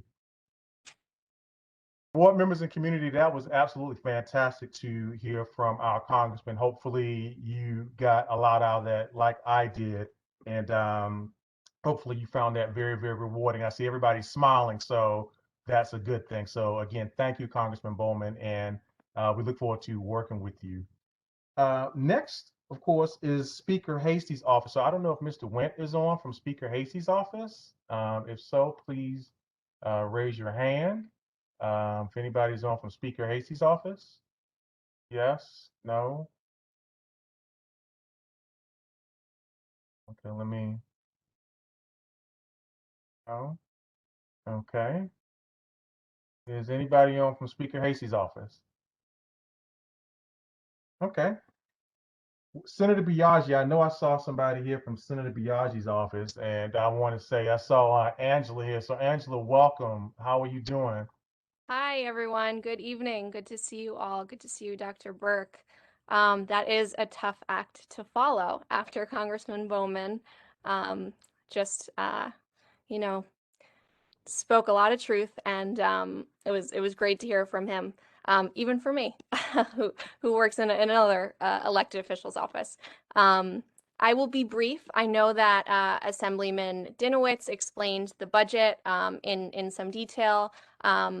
Senator Biaggi is really excited about the budget that was passed. There's a lot of funding coming our way for a lot of important things, and it's a lot of good news. I am not going to go through the details, but I did want to offer to anyone who is curious about a breakdown of the funding. Our office typed up a breakdown with some more details, so I'd be happy if anyone wants to leave me a message with their email address, I can send that over. to them. And yeah, a lot of good news, which is much needed after a very rough year with the pandemic. And on that note, with regard to vaccines, we are still making appointments for people to get their vaccines. If anyone hasn't and they're interested, I left an interest form in the chat. I myself am the person going through that, and I'm sitting at the computer and the phone making the appointments. So I can promise you that I will get you one if you need one. You can just fill out that form. I did also want to speak to General Constituent Services. I'm a member of the Senator's Constituent Services team, so we are doing all of our usual services that we provide. Most of it is remote at this point, just because not everyone is vaccinated, but hoping that that changes soon this summer. And, you know, please reach out about anything at all. I'm always available by email or by phone. I will leave that in the chat. Two things I did want to mention. Next Thursday, we are having a town hall. April is Sexual Assault Awareness Month. So the senator and a number of other electeds we're holding a town hall with a number of other electeds virtually to sort of create a space to raise awareness, to educate, and to talk about legislation that we're fighting for in Albany to prevent violence and to protect assault survivors. So I'll put an RSVP to that event in the chat. That's Thursday, April 29th. So in a week at 6 p.m. It'll be on Zoom and it'll be on Facebook Live to stream. And I did want to give one last shout out to the Summer Youth Employment Program, which is a really fantastic program that's available for youth in New York. I think it's ages 14 through 21. And it's an application process to apply for paid employment opportunities. So job training, you know, if a kid has interest in a certain field of work that they want to have some experience in, it's a really great program that matches students up with those opportunities, and it's free. And it's paid, which is, you know, paid internships are very hard to come by, unfortunately. So it's a really great opportunity for any youth that you know. Please spread the word. I'll put a link to that in the chat as well. I'm sorry, I don't mean to overwhelm with all the links, but that deadline to apply is tomorrow. So there's one last day to do that. And we have a number of interns that work in our office who are part of the program, and it's a really great experience on all ends. So I think that does it for me, but if anyone has any questions, please feel free to message me in the chat. And thanks for having me tonight. It's really good to see you all.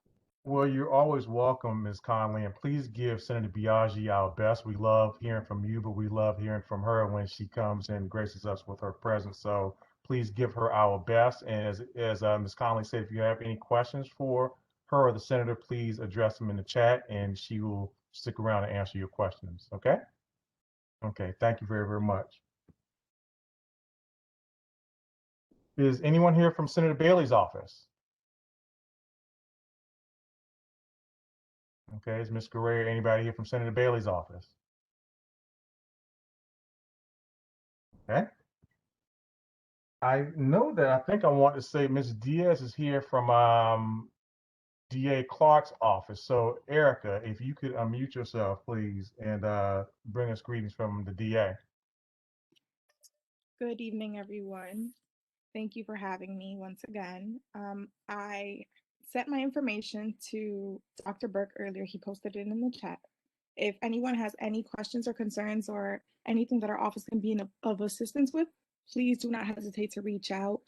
This past Tuesday, there was a press conference regarding the preparations as well as events that were being hosted just as responses to whatever verdict would come about for the George Floyd case.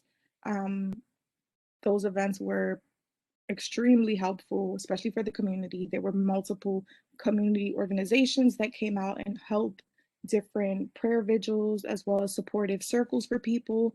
Our office is also offering different mental health services for anyone that's having any issues or any difficulties that are dealing with certain matters that have to do regarding with law enforcement, as well as the turmoil that our country is actually going through at the moment. If our office can be of any assistance, once again, please don't hesitate to reach out. Okay, so thank you so much, Ms. Diaz. We really appreciate you. And as I said, I did put your information in the chat. So it's in the chat. I want to say it's higher up in the chat. So if you obviously, as you know, the chat is a scrolling function, board members in the community. But I did post Mrs. Diaz's information in the chat for you to contact her on behalf of DA Clark. Okay. Is there anyone here from Comptroller Scott Stringer's office?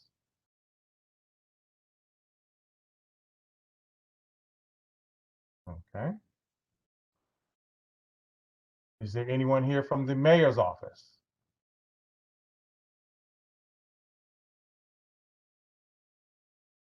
Okay.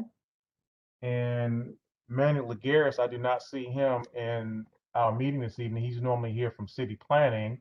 And so with that being said, we can move on to the next item on our agenda, which of course is the Borough President's Report. And every month we are we're just happy to be graced by the presence of Miss Alexis Ruiz, who represents the Borough President's Office. So Alexis, hi. Hi, good evening, Dr. Burke. Good evening, everyone. I hope that you're all doing well, and I'm happy to hear all of you.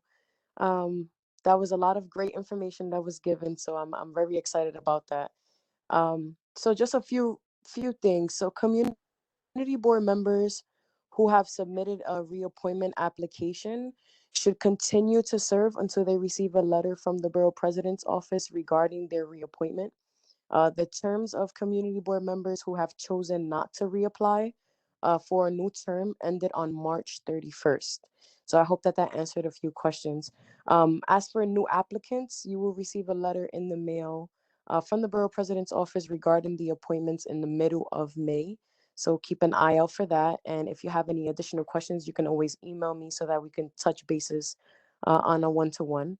And then I just want to encourage everyone to get vaccinated, so that we can return students safely to school and reopen businesses and just recover from this pandemic. Thank you all for the time. Okay. Thank you, Alexis. Thank you for your greetings from the Borough President's Office. Next on the agenda is the Chairperson's Report. And for the sake of time, I'm not going to really go over it because everybody here has a copy of it.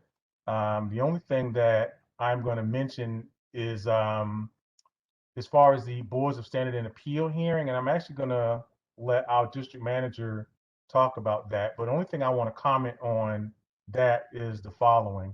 We talk about what the importance of the community board is, and one of our primary tenets is land use. And I want to say that that was a major win for us, and so I think that, I know sometimes that, we give our people a hard time. And I know that, sometimes George gets a hard time, and sometimes, deservedly so. As I say, he and I have a love-hate relationship, but I love him mostly, and he's smiling.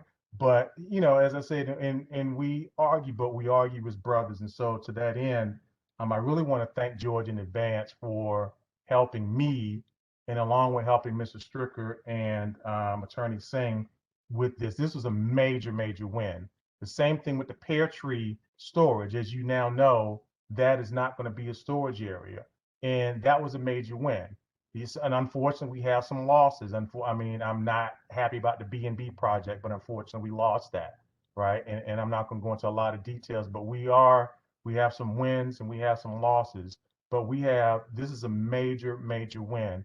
And so I'm going to stop at that point, as I said, because I mentioned it in my report.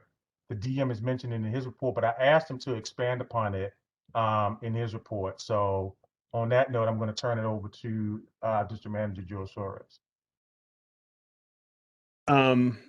So I hope everybody had an opportunity to read the report.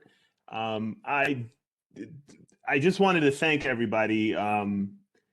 We've been dealing with this for quite some time. I recall when I became a district manager in 2015, This being one of the many issues, it's sort of my pet peeve. I don't like unfinished sidewalks or unfinished streets.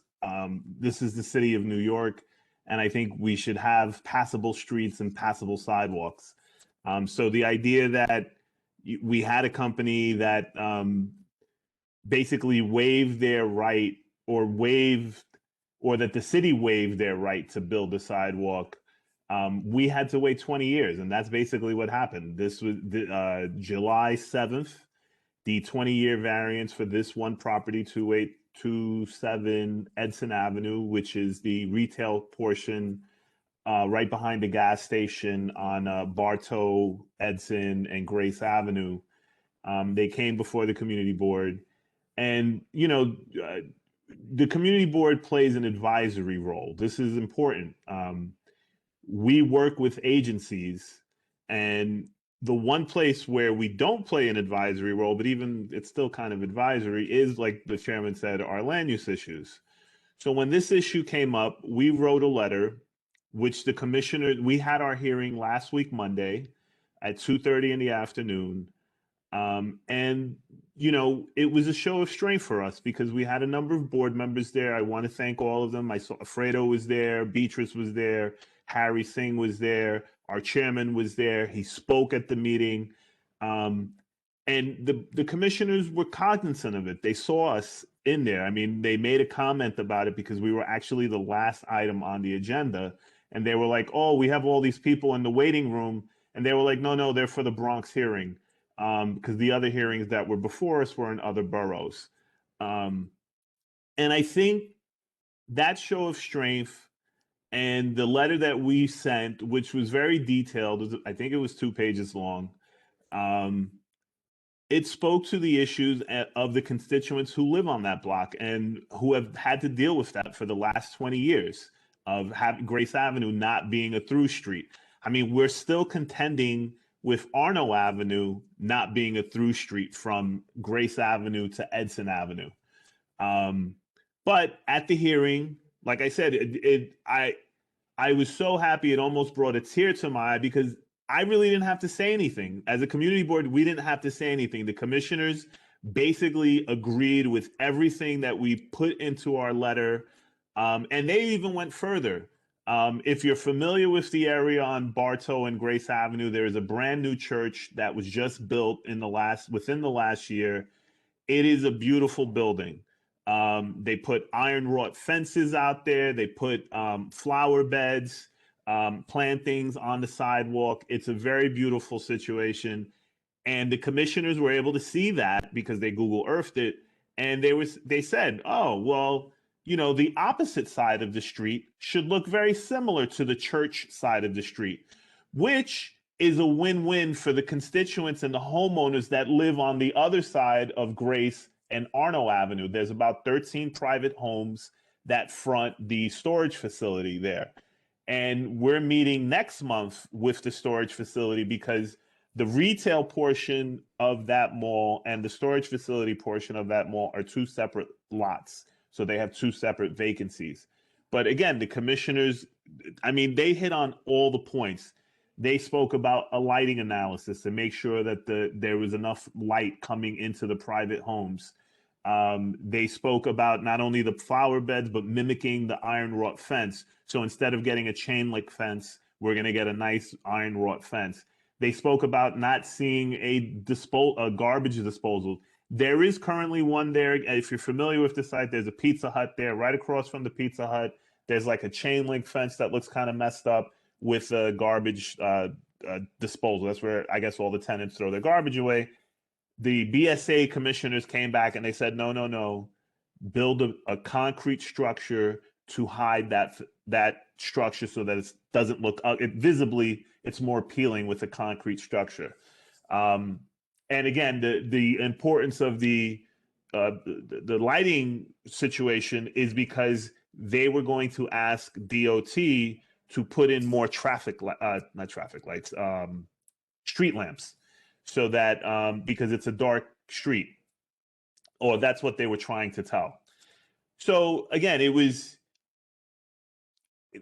I mean, for me and for the community board, where we don't have the opportunity to weigh in. I think that this was a major opportunity, and it was eye-opening, and it was sort of a lesson for many of us. This was the first time that I testified before the Board of Standards and Appeals, and it went very well. And not only did it go well for John Isaacs, who is our transportation chair and has brought to me many concerns about BSAs that we've done in the past. We discussed 1225 East 233rd Street, which is the gas station on the corner. And I had said to them, our concern as a community board is that once the variance is granted, there's very little incentive for people to actually follow through on doing what they promise. So we told them, we don't want you to grant this until they actually build the sidewalk. And as of today is April 22nd, they still don't have a filing with the Department of Buildings for a permit for the sidewalk, which is what I'm looking for.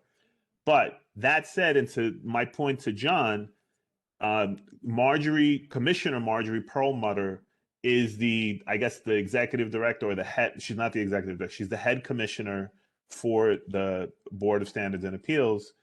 And she told us, she said, listen, if you find that there are people who are bad neighbors, that they're not living to the commitments that they made in the variance, bring them to us and we will send out our inspection unit and we will claw back. Now, I don't know if they can claw back the variance, but they can issue new violations so that they can be in compliance. Because one of the complaints that we received about 233rd was that they were selling vehicles. It's a gas station, not a car dealership. So, like I said, I think it was a very good win for us. It's a minor victory, but it for that community, which is the Valley, right here on Bartow and Grace, it's going to be loads of difference once that sidewalk gets built. So I'm very happy, and I'm very grateful to all of you, because I think in no small part the commissioners were very responsive to us because we showed up in full force. We had several board members there. They were watching. We sent out the letter, which again went back and forth between the chair and myself when we were composing it. So we were able to demonstrate strength, and we were able to hold, which is the most important thing, we were able to hold the property owner accountable. They probably thought that they weren't going to have to spend that much money to get their variance done. And lo and behold, they now have to come up with a decorative fencing, so not a chain link fence. They have to plant flower beds. And that's going to be very appealing to the constituents that live and used Grace Avenue to get the bus, because the 28 and the 26 stop right in front of the gas station, right there. So it's like I said, to me, it's a minor victory. I mean, I try to downplay everything and minimize our role, but it was important, and I'm very happy. I'm happy for all of us, and I'm happy for the community, because again, we were able to win this. And this was something that they weren't expecting. I mean, if you recall the first land use meeting that we had on this issue to today, they weren't coming here to voluntarily do it.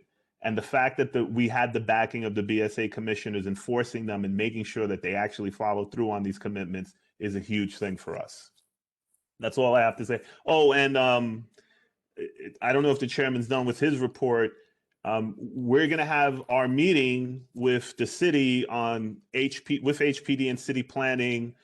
We still have some logistics to work out, but we are shooting for Saturday, May 1st, which is less than 10 days away, 9 days away.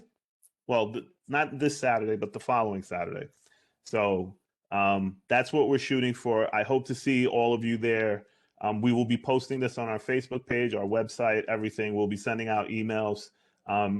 This is another opportunity for us as a community to learn what the role of city planning and the housing preservation, the Department of Housing Preservation and Development, the roles they play in making communities like ours. So this is a great opportunity to ask housing questions and zoning questions. Those people on 229th Street that have these concerns about that development, this would be an opportunity to say, hey, we have this question, we can ask that question. It can be answered at that forum. So I hope to see all of you there. I don't think I'm not forgetting anything. And if anybody has any questions, I'll certainly hang around and answer them. So thank you, George. Also, Carla Borsati and Carl Stricker were there as well. I know Beatrice Cornell tried to get in, and so did Keisha Lago Martin. So I think to your point, when we say transformation to greatness, board members and community, this is what we're talking about. We're talking about transformation to greatness because this is not about me. This is not about the district manager. This is about a collective. And collectively, and again, you guys know I'm a huge Star Trek fan. So if you think of us as the Borg, we were the Borg and we went in there, in essence, assimilated. And the BSA helped us to assimilate these developers. I mean, and that's what it is. And again, for those of you Trekkies, you know what I'm talking about. For those of you that aren't, I refer you to Star Trek: The Next Generation. But in any event, that was a major win. So board members, I'd like to congratulate you and again, Ursula, George, everybody, because this was, as I said, it was a major, major, major win. So again, I can't stress that enough. So let's move on to the next item of the agenda where we're going to talk about the approval of the board minutes. And I want to discuss this for just a hot second. We don't have minutes this month, and I know people will be wondering what's happening. And so the person that normally does the minutes right now, there's some things that are happening. And so I'm not going to, I know that she said she's going to fall on the sword, but I'm not going to do that. I'm just going to say that what I would ask is that I'm going to ask Ms. Hayes, and I'm also going to ask Ms. Moore, and I'm going to reach out to you personally to do me a favor when it comes to that. So I'll talk with you about that offline. And so I'm going to move on to the financial report. So I'm happy to report that, I've been graced before every general board meeting to see a member of Community Board 12 in person. So last month, I had the opportunity to see Ms. Joan Claude, who is the chairperson of our Library and Cultural Affairs Committee. She came into the office before the general board meeting. Today, I had the opportunity to see our treasurer and education secretary, Ms. Tolene Dickerson, in person. It was good seeing her and she's doing well. So we're going to talk about briefly what we did today, and I'm going to turn this over to Tolene, and then we're going to get into the next part of our agenda. So Tolene, the floor is yours. Good evening, family. Just to make sure that you all understand that you're constantly in my prayers. Don't blink right now because this is going to be just that quick. We were able to turn the books over, and I will be sending out an email because this is email sensitive as to our next steps. So just know that we've done everything that we were supposed to do with the help of Ms. Martin and Mr. Asif from our bank. Love you and thank you. Well, that was quick. One of the things you said it was going to be quick, Tolene, and you really that was quick. One of the things that I want to say that we're talking about not only with the Sunshine Fund, but if you remember last month, we talked about getting a Community Board 12 lapel pin for members of the board. And the reason I'm thinking this is twofold. A, because I think it looks nice. But more importantly, B, this is a way of outreach. We meet people all the time that need to reach out to us, and some say they don't know how to reach out to us. And I know that, at one point, I know Sydney was working on it for us, and I know that I know she's still working on it. But I think with the lapel pin, that would say, okay, this is a member of Community Board 12. We can reach out and talk to that person if they see us on the spot. For the ladies, I was also thinking about not a lapel pin, but if you see our United States Congresswomen that have their pin that's on a necklace, something like that. And so obviously that costs money. And so that was one of the reasons that we went to the bank to, look at our books to see what we need and what we would want to ask each community board member to contribute. Now, if you do not want to contribute to this, you don't have to, right? So let me make that perfectly clear. So this is not something that is mandatory. However, I think that it is nice for it's a nice symbol of our volunteer work because, again, none of us get paid to do this, right? We do this because we supposedly love the community that we're in. But more importantly, it's a form of outreach, because if a member of the community sees that, then they'll be like, oh, okay, this is somebody that I can talk to about my concerns. And so that was the thought process behind that. And so again, once we get a little bit more details, we will follow through on that. The one person that I will say, because I see her on this call and I want to thank her because she actually woke me up, is Miss Donna Drayton, for waking me up and just realizing that I had resources in my own backyard that I didn't think about. So to that end, so thank you, Mrs. Drayton. I really, really appreciate it. And you know that I love you. And I just want to send that shout out to you because I see that you're on the call. So on that note, we're going to move to the next item on our agenda. And so we have a presentation. So we have a presentation by Mr. Randall Torre, who is from the Riseboro Community Partnership. So, Mr. Torre, feel free to unmute yourself and bring us greetings. Good evening, everyone. And we're going to keep this short also. And I just want to say to you, I'm a DS9 fan myself. You know what? I love Captain Cisco. I mean, I know. Without question, without question. And so we're here today. We're from Riseboro Community Partnership. My co-presenter today is David Modesto. And David, I see him popping up. And we're going to do a very brief presentation. David is going to take over, but we just want to let you know that we're here related to the Woodlawn Senior Center. And we're happy to announce that construction is almost complete, and we're about to go and market the units. And David will explain to you the process, and at that point, we will make sure that we supply the community board with all the information. I've been working with George Torres, so we are looking to have individuals work with the local community to apply. If they're unable to apply online from their homes, we'll have it set up so that they can come to either the community board's office or to a location within the Woodlawn Wakefield area. So with that, David, you can take over. Okay.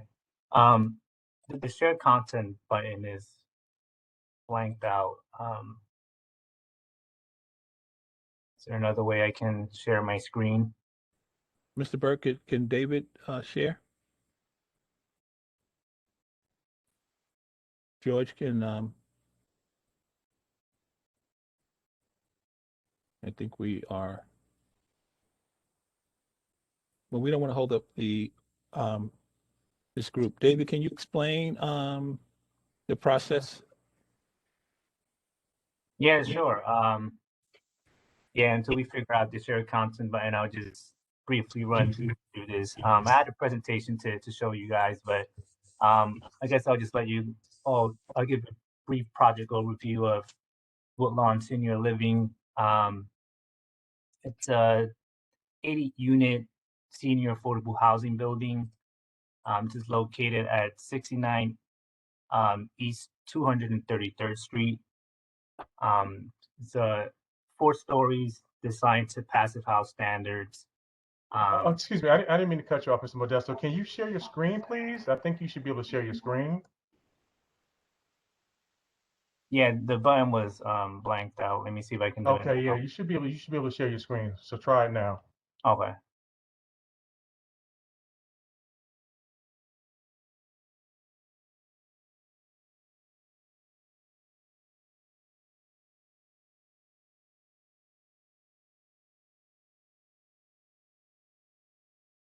Okay, can you all see that? Yep.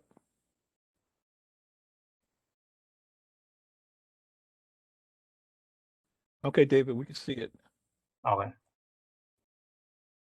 All right, so, thank you all for having us here, and I'll keep it very brief, but the focus of today will just be marketing and letting you guys know that this will be launching pretty soon.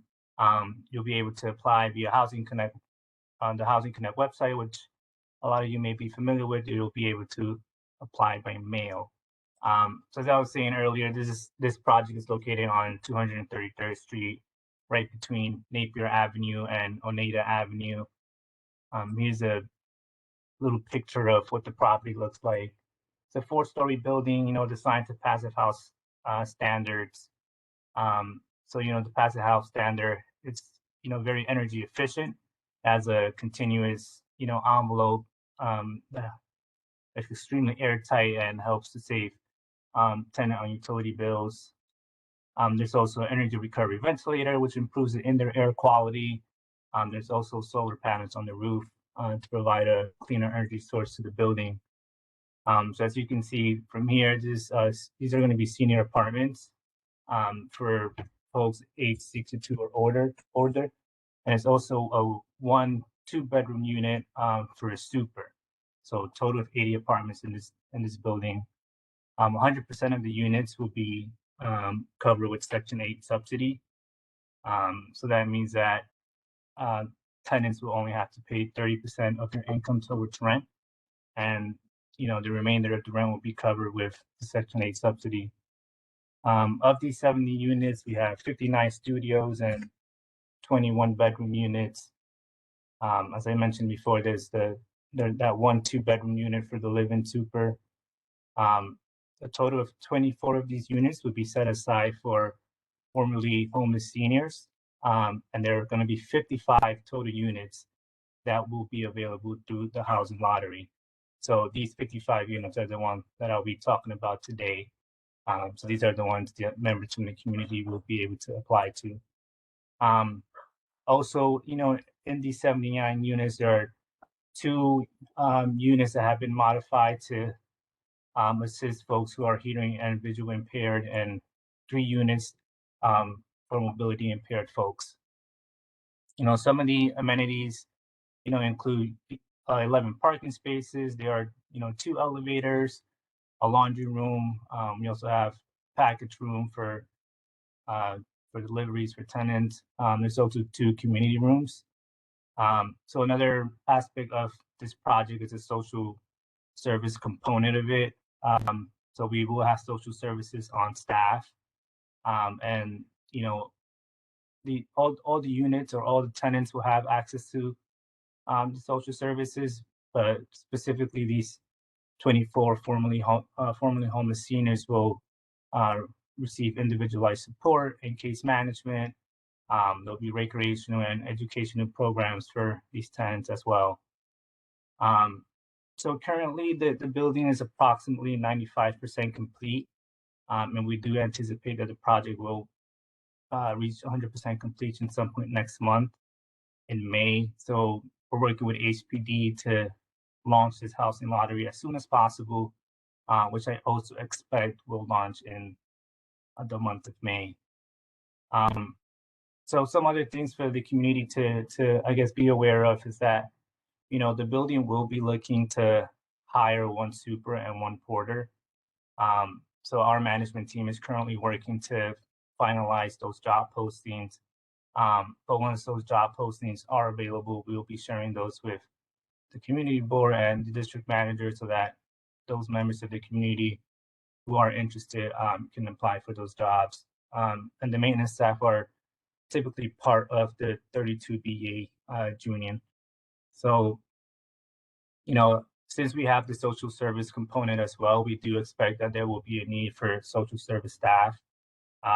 We don't know the exact positions or openings yet that will be available, but once we have those postings ready, we'll also be sharing that with the community board and district manager for members of the community. So moving on from here, here's some pictures of the unit interiors. Here specifically is a sample of a studio unit. Once the lottery launches on Housing Connect, we'll have a lot more pictures of the units and a lot more pictures of the common areas as well. Here's that same studio unit. And here's really, I guess, the main topic for tonight is the housing lottery ad. So this is a draft version of the ad. We're working with HPD to, put it in its final form so that we can publish it and distribute it widely throughout the community. So all this information will be up on Housing Connect for folks who are interested and ready to apply. Typically, the ad runs for 60 days on Housing Connect. So this is why we wanted to make you all aware of it, so that folks who are interested don't miss the deadline. And as you can see from this ad, we had 41 studio units that will be available to the lottery and 14 one-bedroom units. The rents, again, are set to 30% of the tenant's income. The applicants will need to qualify for Section 8 subsidy. So the rent does include gas for cooking, but tenants will still be responsible for unit electricity. And, as you can see from here, these are the income limits for the studios and the one bedrooms. The studios can house up to two-person household, and the one bedroom up to a three-person household. So we do expect to publish this ad in newspapers. Right now, it looks like we'll be publishing this in AM New York, Bronx Times, and there's a third paper still to be determined. We're working with HPD to determine and get that approved. We'll also be, sharing this ad with the community board, elected officials, and other local organizations. Throughout Community Board 12, we'll be sending these not just in physical form, but also through email blasts. So if there are any groups, organizations that you think should, definitely receive this, please feel free to let us know.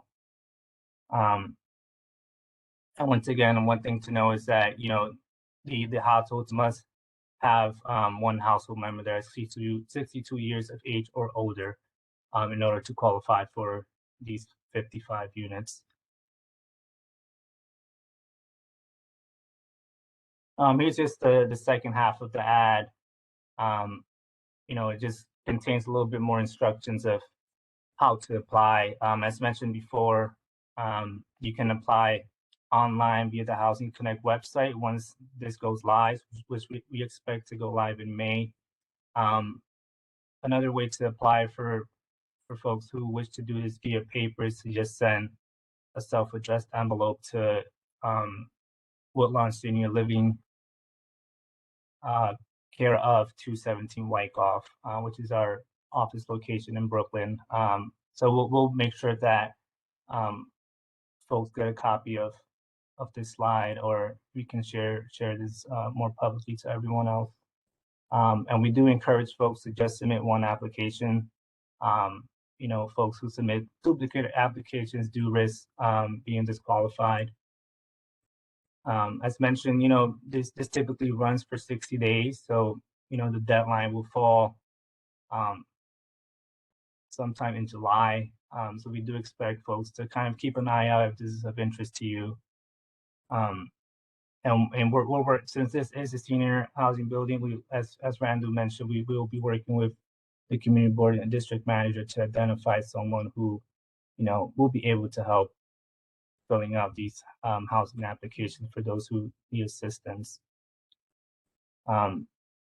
Once the application is submitted, the Housing Connect system generates an electronic log. It randomizes both the online and the paper applications and generates a electronic log by which the marketing agent goes through each application, evaluates applicants, and sends out notifications for those who qualify requesting documents, and for those who do not qualify will also be notified.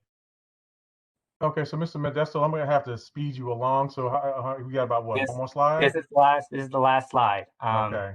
This last slide just giving you an idea of the type of documents we ask tenants to bring if they're selected, and also some tenants that some documents that tenants receive at lease signing and that we ask that they sign in interviews.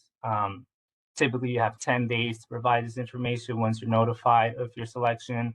If you do submit an incomplete package, there's an additional 5 days to complete your documentation. So that's more or less the timeline that we're working with. But that really concludes the bulk of what I wanted to cover tonight.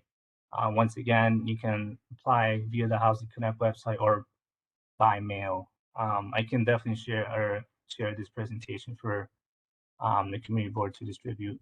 Yeah, we'll send it to Mr. Torres and we'll follow up with him. So we'll continue to work with the community board in order to make sure that seniors that are in the Woodlawn Wakefield area have an opportunity to apply if they do not have the ability to apply online.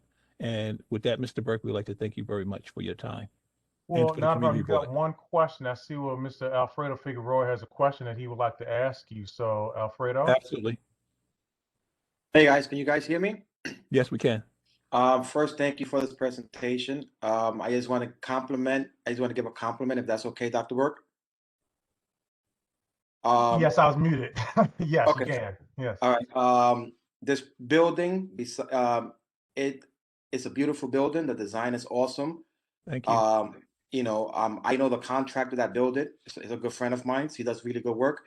I just want to put it out there that this building is coming in completion under the time frame. I think a couple of months before the completion date. This building, since it started going up, they only had 12 complaints. Out of the 12 complaints, none of them resulted in violations, stop work orders, or anything of that nature. These are the type of people we need building in our neighborhood because they know the law, they know how to build, and they know how to take care of the neighborhood. It's a 233rd is a busy thoroughfare, especially going from Jerome all the way to the Bronx River. When they were doing their sewer lines, I mean, they had their people out there. They did it respectfully at a certain time that they got from DOT. They didn't go over that time, and everybody was happy. There was no complaints, and I just want to commend you guys on that, beautifying that area because the building is beautiful. And thank you. And we need more people like you coming to our neighborhoods to build the proper way. Thank you. Thank you very much. Really appreciate that. And we didn't pay him either. My boy Rudy. It's my boy Rudy. Oh, absolutely. Thank you very much. You're welcome. Take care. Well, not a problem. So thank you for that, Alfredo. We really appreciate it. And if you have any questions for the team or Mr. Torre or Mr. Modesto, please feel free to put it in the chat, and I'm certain that they'll be more than happy to answer any questions that you may have. So also, if you put your contact information in the chat as well, gentlemen, for the board members and the community, we would deeply appreciate that. Okay. Okay. Thank you very much, and we'll let you get back to work. I know how you had a long night. Back. So, absolutely. Michael. Thank you. Yes, Mr. Stricker. Yeah, I would just like to say, when they first came to the board with the presentation, it was a real rough road. And to see them turn around the way they did and build that building with very few issues is amazing. And I thank them for being good to the Woodlawn community. Thank you very much for that. Thank you. Thank you, Mr. Stricker, for your comment as well. Okay, everyone have a good evening. We'll let you get back to work. Not a problem. Take care. Good evening. Bye now. Thank you again. Thank you. So next, I guess, comes what's called the vote-orama, because if we look at our agenda next, we have some items that we need to vote on. So the first item is going to be a recommendation for an amendment to the bylaws, which we must do to form the discipline committee. So I don't know if Mr. Stricker or Carla wants to tackle this, but I'm going to turn it over to either one. Yeah, Dr. Burke. Yes, sir. The one thing that we don't really need a vote on this, but we should vote on it so the Borough President has a feeling. But Yes, this sir. was mandated by the the lawyers of the city of New York, that we must have this discipline committee in the bylaws. Yes, sir. So this is a non-issue as far as the bylaws committee is concerned. The only thing we have to do is decide, and this is your decision as the chair of the board, whether you're going to make it a 5-person committee or a 3-person committee. Yes, sir. I think that is a follow-up, Mr. Stricker. I think that in getting some guidance from the BP's office, I think the words were that we have to use the procedures that we would to. Oh yeah, use the regular procedure, vote, Right. approve it. But I mean, this is mandated, so is mandated, So right? So you- pretty much everybody should do a yes vote. So I think the way that I'm going to ask is this: if you can make a unanimous motion, then that we accept the recommendation and just form the discipline committee. And I think we'll just do it that way. we have, Okay, so Carl, do you want to make the motion and I'll second it? yeah, we, well, you don't need a before we second put because it's anything, coming out of, you don't have to second it because it comes out of committee. All we Oh, have to that's do- right. Yeah, I'm sorry. Yeah. All you have to do is approve the committee's report, which is that we have to do it. So we need a Hang on for a motion to second, Mr. approve the Stricker. I see committee's Mr. report. Boris has his hand up, so let's see what he wants. Yes, Mr. Boris. thank you.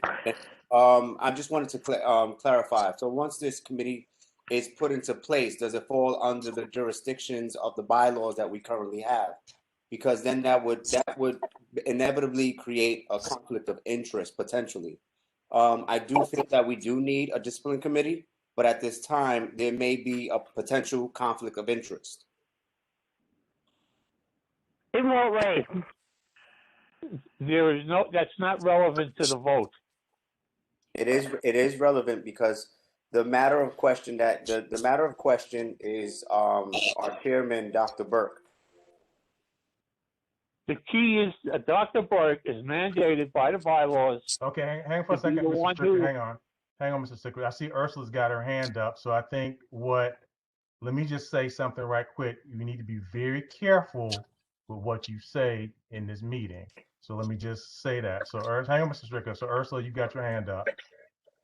All right, so according to Tom, we have to establish this committee, but this committee will not handle any issues that were already brought up. But the committee has to be established. Thank you, Ursula. Thank you. So let me just be clear. People be very careful of what you say in this meeting. Okay, so to that end, Mr. Stricker, you want to take this over again? Yes, I do. Thank you. So we are mandated by the legal authorities to put this committee into the bylaws. And we should take a vote as we normally do on anything that goes along with the bylaws committee to say yes and say no, but actually no or abstain will just be your opinion because it's mandated by the lawyers. So, and the other point I want to make is once it's approved by the board, the chair will appoint the committee, and whether it be 3 people or 5 people. My personal feeling is it should be 5 people because it gives a little more thread to the board. So otherwise, that's it. I can say I make a motion that we accept the report of the bylaws committee. Is there a second? Second. I second. Okay. So I'm sorry, who was that? Me and John Isaac. Wait, I'm sorry, I didn't hear that. Can you say it again? John Isaac caller. John Isaac. It was Oh, moved by thank you, Carl John. Stricker, right, and seconded by John Okay. Isaac. Okay, so call for the question for the acceptance of the report. Is there anybody here that does not want to accept the report? We're going to speed this along. Is there anybody here that does not want to accept the recommendation of the committee or the report?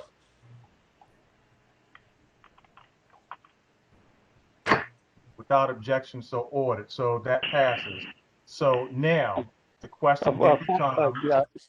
Mr. Chairman, I'd like Carla to say something before we continue. Okay, sure, and certainly.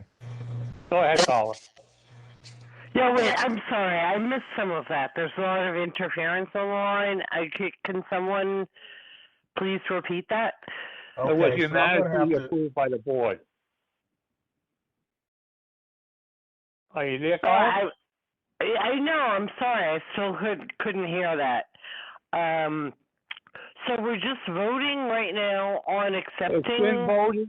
No, it's been voted and approved. Okay. Unanimously, because Now, what I did do is turn the committee report over to you to make that statement you would have liked to make. Okay, so my statement was about the next steps of the committee. No. So, what? Sorry? The next steps of the committee. Committee is already formed. Chairman Burke will decide who serves on a committee, whether it's 3 people or 5 people. You asked me, can you make a statement tonight? And that's what I'm asking you to do. So my statement was going to be about the issues with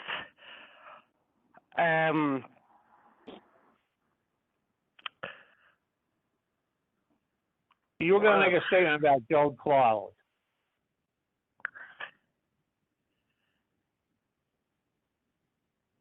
Right, I'm sorry. I can't, I just haven't, the phone is just a problem. I'm not hearing properly.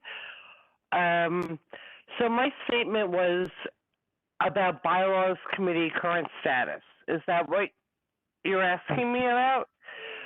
Okay, so the bylaws committee had planned to meet, and can you guys hear me all right? Because I'm not hearing very well.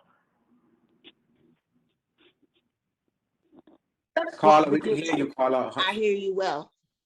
Okay. So the bylaws committee had planned to meet in April to review the last version of the document, but there was a miscommunication with the office and we did not meet. So we're going to meet again in May. I'll work with the office to schedule that meeting. I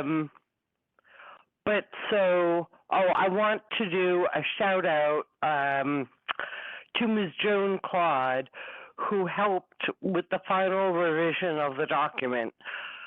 So this weekend, I plan to update the document with those changes. The original document is from 2000. So it had a lot of typographical errors, and Ms. Claude was very helpful and generous in giving of her time to clean that up.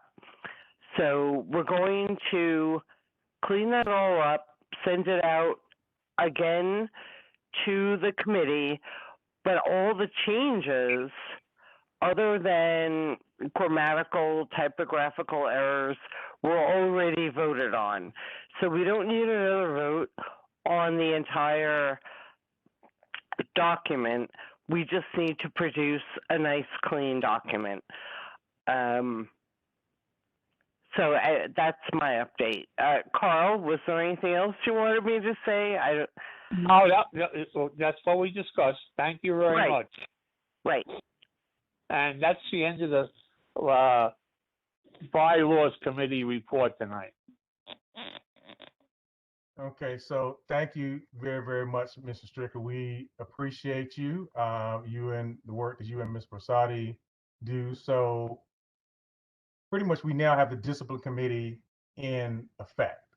So as Mr. Stricker said, I will go about appointing the members of that committee who is to serve. I've already talked to some people already, and we'll move forward as well as some guidance from the borough president's office as to how to address not only the committee but also issues that come before the committee as well. So the discipline committee has been, and I'm happy, I know that a lot of you board members pushed for that discipline committee to get it into fruition, and now we have it. So we will definitely make certain to make use of that committee. So thank you very, very much, board members, for that.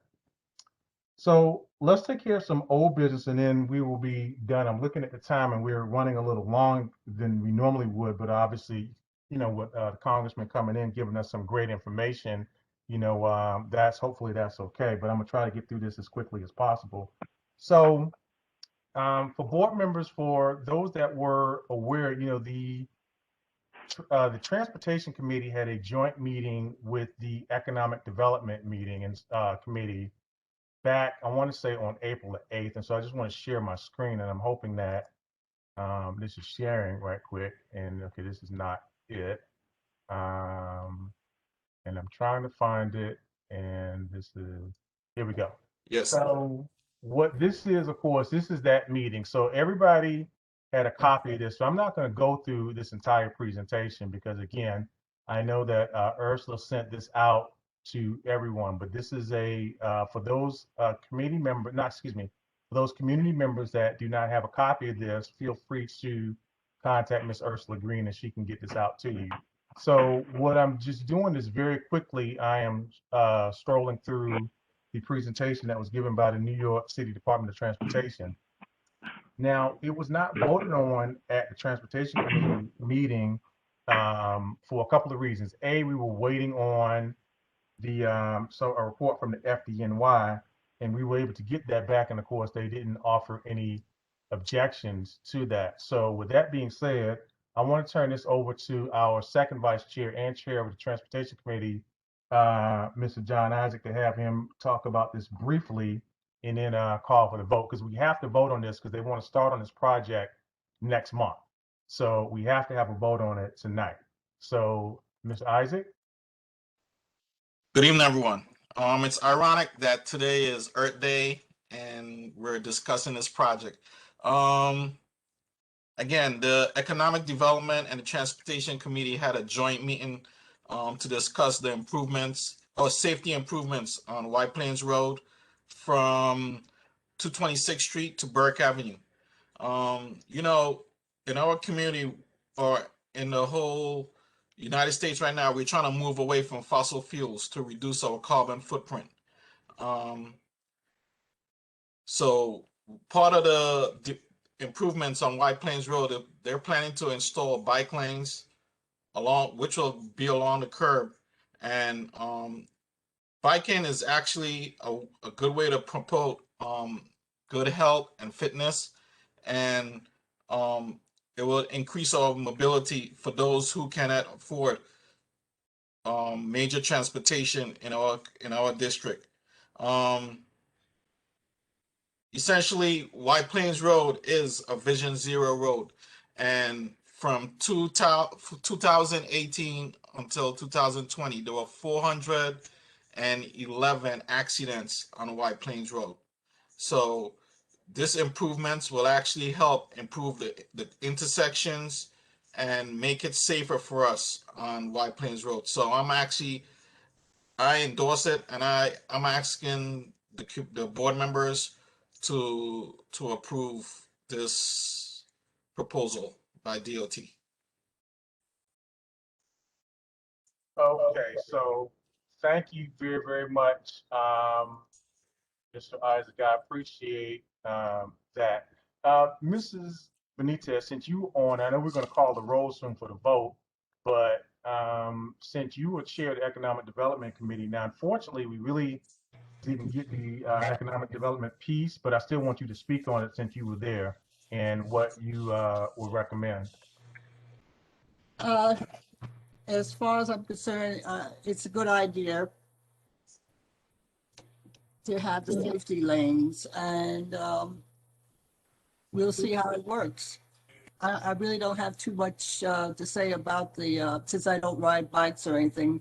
All I find myself doing is watching to see whether I'm going to get hit by a bike or not in those safety lanes. Okay. Because I experienced it this past weekend downtown, and I had to remember to look both ways because I had traffic, plus I had the bicycle safety lane. And you have to look, and then 10 bikes are coming down, approaching you, you know you got to watch out for them. So I think it's a good idea, and it might be a good way of controlling traffic. And that's the way I think about it. Okay, so thanks, Ms. Benitez. So here's what's going to happen. So for those of you that want to look at the presentation by itself, then again, you can go, Ursula has sent that out to the board. And if you want, I'm sure she can get that out to members of the community if you want to take a look at it. If you want to take a look at the presentation that was given to the community board, then I'm going to ask that you look at the joint meeting of the Transportation/Economic Development Committee, which took place on April 8th. And you can find that on Community Board 12's YouTube page. So with that being said, we have the recommendations of both committee chairs. So we're going to call for 2 votes. The first vote is to accept the recommendation that we're going to accept the committee report, and then of course we're going to accept the approval of the White Plains Road Safety Improvement Plan. So let me ask this. Well, let's just call the roll. Let's call the roll, Madam Secretary, because we need to determine whether or not we have a quorum anyway. So, Madam Secretary. Okay, we're going for the approval of the transportation. Can we ask a question before we vote? I'm sorry. Doctor, can I ask a question of John before we vote? Certainly. Yeah, John, I just want to ask you a question. What are they? I'm very happy to see the bike lanes going in, but I'm concerned about the bus bulbs at 219th and 225th Street. How are they going to accommodate the bikes where the riders wait for the bus? I think they're gonna have like some kind of separation. I don't know if it's gonna be bollards or whatever, but I have to go back to the plans and check it out. The sidewalk, because the sidewalk goes right out to the main roadway. So if you're gonna put a bike lane along the curve, you're gonna have to cut that bus bulb up. I think they're gonna cut the bus bulb. Okay, that's all I need to know. Thank you. They said that they were gonna put like a ramp or cut through it. Yeah, they're gonna cut through it. That's John, that was one of the questions. However they do it is fine. I make a motion, we accept your report of the combined committees of transportation and economic development. So the motion has been made. Is there a second? Second. Seconded by Clinton Mike. So is there any more in readiness for our call for the vote? So somebody has to make a motion to call to vote for the report. Well, no, Mr. Drucker. So right now it's been moved and properly seconded. So we're getting any more. Oh yeah, right. So we're about to vote on vote on the report of the Transportation Committee and Economic Development Committee, and then that's correct. And then you're gonna have to. Right. Okay. Yeah. Okay. All right. And so since we haven't looked at the minutes, we need to determine whether or not we have a quorum. So this needs to be a vote where Madam Secretary actually calls the roll. Ready. Okay. So Madam Secretary is ready. So with that being said, it's yours, Madam Secretary. Oh, by the way, so right now everybody can unmute themselves. So let's make this quick. All right. And I know Madam Secretary says this, so I'm going to say it for her. When you know your name is coming up, just be unmuted. That way, not before, unmute yourself, say your vote so we can get done quickly. Okay? Thank you, board members. Madam Secretary. Thank you, Mr. Chair. Judith Benitez, aye. Egeria Bennett. Aye. Sidney Blair. Aye. Denise Bond. Denise Bond, did I hear you? Aye. Thank you. Ivan Boras. Aye. Paula Basadi. Aye. Marlene Allen. Aye. Alan Brown. Aye. Jerome Brown. Jerome Brown.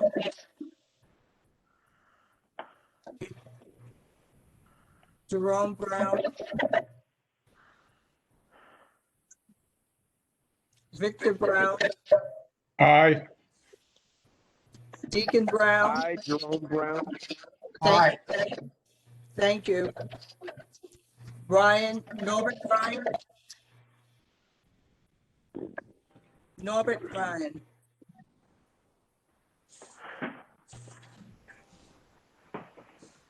Sadie Campbell, Aye. Joan Clark, Aye. Beatrice Coronel, Aye. Pauline Dickerson, Aye. Kevin Eichelberger, Aye.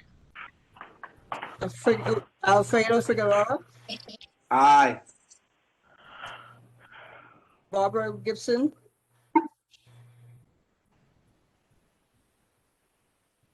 Barbara Gibson,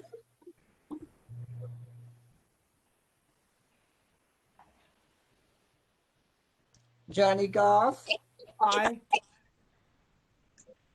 Chantel Green, Chantel Green, Robert Hall, Robert Hall, Robert Hall, Aye. thank you. Lisa Hayes, Aye. John Isaac, Aye. James Theodore, Theodore James, Aye. thank you. Keisha Lago Martin, Aye. I for Lass,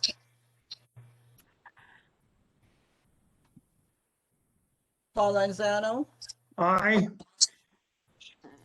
Lucille Martin, Aye. Shanika War, Aye.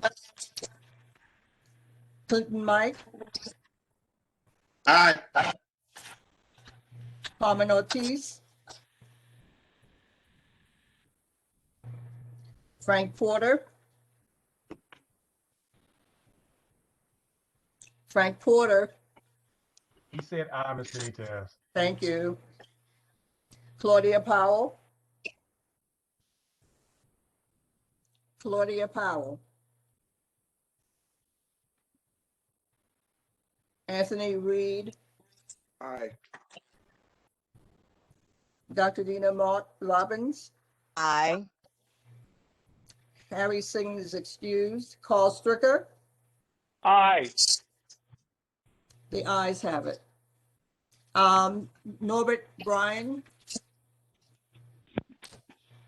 Norbert, Norbert, star 6, Norbert. Abstain.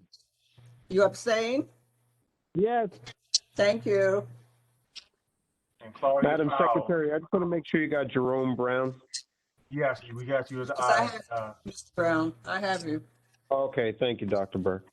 Okay. The ayes have it. The ayes have it.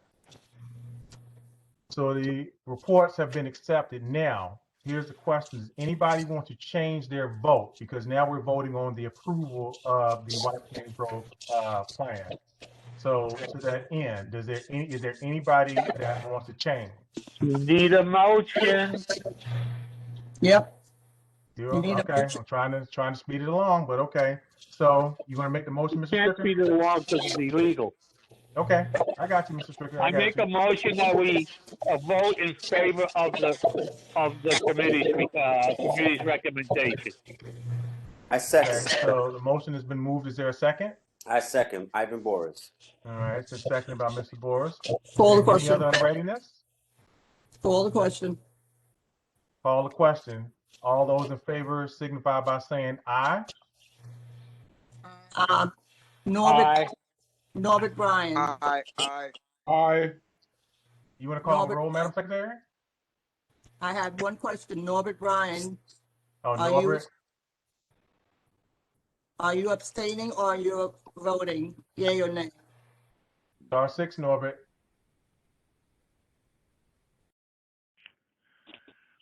Norbert. Abstain. Abstaining, okay. Okay, thank you. Again, the ayes have it. Okay. I vote no to that report. Okay. Motion passes. All right. Thank you, everybody. Thank you so much. So we're going to get through this quickly. I see Mr. Weinstein is here. I wasn't expecting him to come, but I'm glad he's here. So George has already given us an update as to when that meeting is going to take place. So if you remember, I mentioned this briefly, that we've been talking about meeting with HPD and city planning for quite some time. And so I see where Mr. Weinstein is here. So that's great. By the way, just to let you know, I wasn't going to attack you earlier in the meeting, Mr. Weinstein. I think I have an appreciation for what you do. I know we got off to a rocky start, but you were able to answer my questions. And so I'm looking forward to you being able to answer the board's questions and the community's questions. And so that's going to take place on May the 1st, as our district manager has said. But you're here tonight, which, like I said, I appreciate it. So if you want to bring greetings from the Department of Housing, Preservation, and Development, we'd be more than happy to hear from you. Yes, that's fine, but I'll just quickly say, because I don't want to hold everybody up, that for that presentation, for that stakeholders meeting, my staff has been working on a presentation. The Bronx Office of City Planning has been working on a presentation, and we've had a number of discussions between us so that we can coordinate with each other and complement each other, taking into account the questions that were sent to us. So we'll give overviews, we'll give specifics about the procedures and policies, but along the way, hoping that we'll be answering almost all those questions. Okay. So thank you, Mr. Weinstein. And as I said before, I'm really, what I hope happens is that you kind of sort of got a glimpse tonight of how some of the people feel. And again, we're not, as I said, you and I have spoken before, so I'm not going to go and talk about that in front of the books we're trying to get done. But what I'm hoping, board members, is that you have Mr. Weinstein here. So if you have some questions for him, you can put it in the chat. But what I'm really hoping is that you come on May 1st to our presentation, as I said, because this has been a long time coming, and you get to ask all the questions that you ask me, or all the questions that you ask the district manager. You can actually ask the agency who can answer those questions for you. So today, I want to thank you, Mr. Weinstein, for coming in. And as I said before, I know the district manager thought I was going to get after you tonight, but I wasn't. But nonetheless, I just want to say, thank you very much for coming. And I really and truly do appreciate you. And we look forward to you answering our questions next week. Sure. Not a problem. Have a good evening. Okay. So last couple of items, we're almost down to the end. Last couple of items, of course, it's elections time. And so our nominating committee chair, Mr. Clinton Mike, is here. And so he's going to tell us what's going on with his committee. And we can go from there. So just to let you know, all of the officer positions are open. So if you want to run for executive office, all of those positions, as Mrs. Johnson said, with the 47th Precinct Community Council, same thing here. All the offices are open. So Clinton Mike, sir, the floor is yours. Good evening. Anyone hear me? Yes, I hear you. Okay. So I am chairing the nominating committee at this time. I'm going to keep this short so that we can at some point be finished. So right now, next month, the month of May, we're going to vote for all the executive positions, which would be the chair, the first vice chair, second vice chair, secretary, and the treasurer. With that said, we're going to vote in the same manner since we are currently still in the pandemic. We're going to vote in the same manner in which we voted in, I believe it was November, October, whatever. We're going to vote in the same manner. We're going to vote by Google form, and whoever cannot access that Google form, you will have a write-in ballot. Because everyone understand, we're going to do it the exact same way that we did it last time. The Google form, that'll be emailed to all the board members. And if you don't have email or you don't have a manner in which you can access the Google form, then you're going to obtain a write-in ballot. So again, the committee is made up of myself, Mr. Theodore James, Marlene Brown Allen, and Denise Bond. That is the nominating committee for 2021. So at this point, we are accepting nominations from the floor. So with that said, whoever is interested in nominating someone at this time can do it right now. You can unmute yourself, and if you have a nomination, and I will record it here for myself and my committee at this time. Hey, Clinton, Okay, yes. correct me if I'm Yes. wrong. Didn't we create a second position for the secretary? Should we have a recording and a correspondence? Okay, so Dr. Burke is shaking his head yes. So, okay, you're right, absolutely. So I will add that to the slate. Thank you. Okay, sorry, this is Carla. And I need Mr. Stricker here as well. We have not published the new bylaws yet that allow for both a recording secretary and a corresponding secretary. So I'm not sure if we can nominate people for those roles yet. Carl, are you still on? Yes, call it. I was thinking about that, but since the election is in June, we should have it before the board in May, so it should be in effect by then. Okay, so the bylaws committee is planning to meet in May. So I think those two roles are up for, we have to have that meeting first, right? Right, but that's we're going to approve it because we know they're already given the right to move to approve it. So we will present it at the May meeting, and that's when the nominations are going to be made. So we should be covered. Okay, good. Okay, that's what I was thinking. Thank you. Thank you, Carla. Yeah. Sorry, Clinton. Okay, no problem. I'm glad that was brought up. Okay, so the positions again are chair, first vice chair, second vice chair, secretary, recording secretary, and treasurer. Okay. Everyone It clear? should be corresponding secretary. Corresponding secretary. Okay. Yeah. All right. No problem. Got you. So at this time, if you wish to nominate someone for a position, the floor is yours. I'd like to nominate Tolene. Gibson calling. Good evening. Okay. Hello. Good evening. Barbara Gibson LeGrant wish to nominate Ivan Boris for chair. Who's laughing? Shut up. Why would Yeah, but that's not. cover your lips. Yeah, but that's not nice that they're laughing. Okay, I got it. Thank you, sir. I'd like to nominate Tolene Dickinson for treasurer. Okay, Anthony, nominate Tolene for treasurer. Gotcha. Well, hold on, Clinton. First of all, people have to accept. So I'm going to assume before you write them down, they have to accept the nomination. So Ms. Gibson nominated Mr. Boris for chair. He has to accept.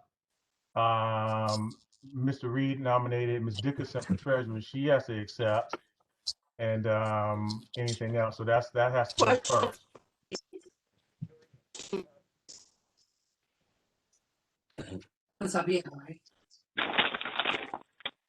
Question, please.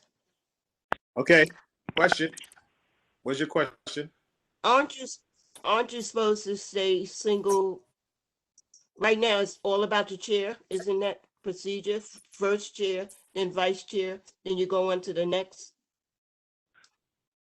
You don't have to follow the procedure. All you have to do is nominate a person for a position. Thank you, Carl. When you do the final vote, then it has to go in order. In other words, if somebody is going to oppose Ivan for chair and it's brought up at the next meeting, and then you go, is there any other nominations from the floor?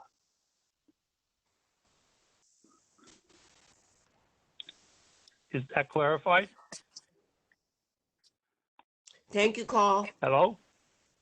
Is that Somebody clear? keeps Are you clear now? muted. Are you clear now? Not muted at all. She said thank you. Okay. I'd like to nominate Dr. Burke for chair. So Say that. I didn't hear you say that again, Theodore. I nominate Dr. Michael Burke for chairman. Okay. I nominate Carla Bagassi for the corresponding secretary. Okay. Got you. And let me go ahead and accept for treasurer. Okay. Thank you. And likewise, Clinton, I definitely accept for chair. And I appreciate you, Ted, for nominating me. I nominate Egeria for vice chair. Okay. Hold on, I'm typing. Which chair? Which vice chair? The chair she's sitting on. First vice chair. Egeria Bennett, first vice chair. John Isaac for second chair. John Isaac for second chair. Oh, I was just gonna say. All right, my bad. Okay. And I do Hold on. accept. Hold on. 1 minute. Okay, you can accept. Go ahead. Okay, I accept for the nomination and thank you, Beatrice. I also Oh, accept. did you accept? Yes. Okay. So the jury accepts, Tolene accepts, Michael Burke accepts, John Isaac accepts. John Isaac accepts, And Carla accepted. Carla accepts. Ivan? I also accept. Great. So I think I was nominated for recording secretary, but No, I would what? Corresponding secretary. Right. No, but I think so. Judy is corresponding secretary. I think I need to be nominated for recording secretary. I nominate you for recording secretary. I nominate you for recording secretary. Second. Okay, thank you. Okay. Sorry, Judy. Sorry, Judy. So Carl, you're nominating her for recording secretary. Yes. And I didn't mean to step on Judy's toes. You're not Okay. stepping on my toes. Okay. Oh, thank God. It would hurt. Someone call me. Someone, Clinton. Yes, I did. I would like to nominate Ms. Judith Benitez for our recording secretary. Thank you, Lisa. I accept corresponding. Corresponding, thank you. Right, corresponding, right. Okay, yeah. We got it together. Okay. Thank you, Lisa. I'd like to nominate Fredo Figueroa for first vice chair. Who's this? Keisha? Yes. Nominate Fredo Figueroa. Yeah, yeah. First vice chair. Do you accept? Thank you, but that's Ms. G's area. I appreciate you though. Thank you. I appreciate that.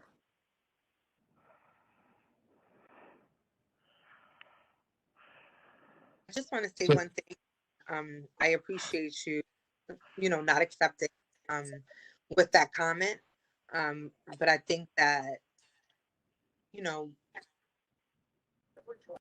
there's room for everyone in leadership positions.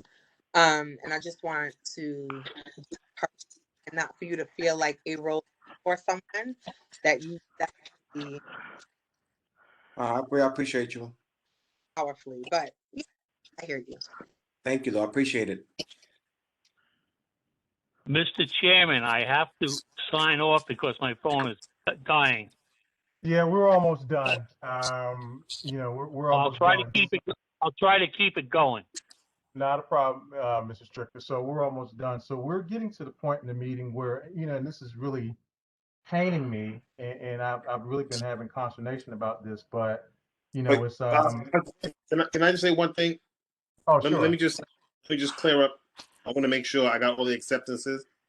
Egeria, you did accept.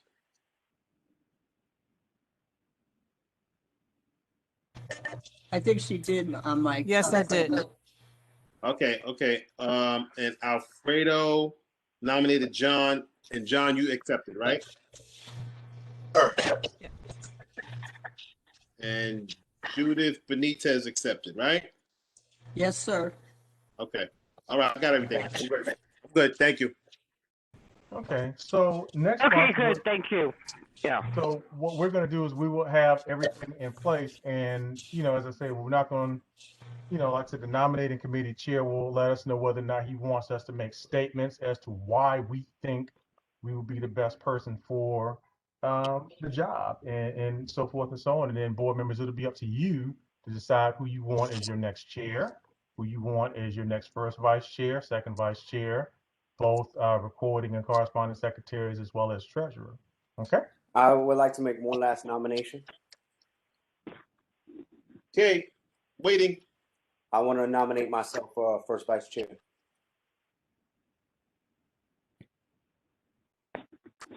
Hello? Hello? Hello? Yes. Hear you. Are you there? Yes. Hello? I'd like to nominate Ivan Borough for vice chair. Ivan. Which one? And then once again, I'll accept. Thank you. Which one? I can run for both. Thank you. Thank you. Oh, Carl, can you run for two? You shouldn't run for more than one position. Yeah, okay, that's what I was wondering. Can you run for two at once? It's three. You choose the position you want to run for. Not true. You can't run for two. Oh, Sorry, guys, but I've never heard that before. Is that in our bylaws? It's not in the bylaws. We can review that because the vote is not until June anyway. I think we could review it, but I don't remember reading it in the bylaws. Okay, let's review. Yeah, let's review. Let's review that right. We can review that tomorrow, or yeah, we're not gonna do it now. No, Clinton. No, we're not doing it now. No. I have the floor for a second. Dr. Robbins speaking. In most organizations that I've been in, you cannot run for more than one position. That's normally how I understand it as well. But as I said, Dr. Robbins, we're gonna, research due to the nature of some things that's happening. We will review. Yeah, if it's not in the bylaws, it should be. It would cause too much confusion. Well, I agree, Dr. Robbins, but as I said before, we're doing everything by the book, so we're just going to review. But I tend to agree with you and most others that normally in the organizations that I belong to, you can only one for one position. But as I said before, we'll review and come back with a determination. Thank you. Okay. Yeah, Dr. Burke, I just want to say something. I sit on 8 boards, and it's not permitted on any of those 8 boards. Well, again, Mr. Stricker, the organizations I belong to, and I belong to several as well, I've never seen that either. So, again, but, let's do our due diligence and being fair. But again, I'll just say it like that. Okay? All right. So let's move forward to almost the last part. So I'm going to table the mandatory inclusionary housing proposal. I'm going to table that because it's kind of late. And we'll bring that up at another meeting.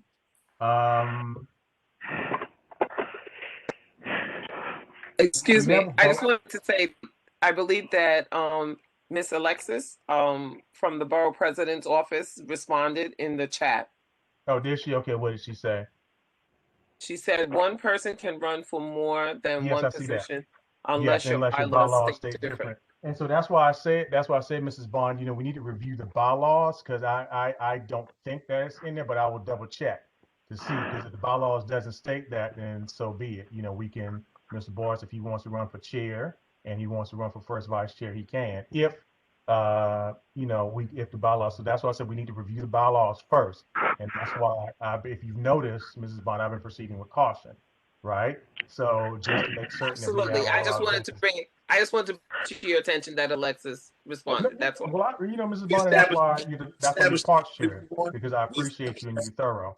read the bylaws. Can we move on, please? Yes, we're moving on. So the last item up for vote tonight is a painful one because as I said, I like these people personally. So you've asked me to come before you with board members that have not been doing their fair share. So what I would like to do is let you know what's happened. So in the past, okay, everybody, I need you to mute yourselves, please. So I said, Carly, you got your mic open, and everybody else, please mute yourselves. If not, I do not want to have to lock the mics. So please, everybody, mute yourselves. Thank you.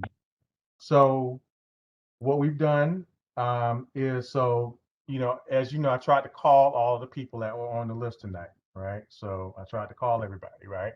And I was able to speak to some, and they told me that they would be at the meetings. Well, obviously they weren't there.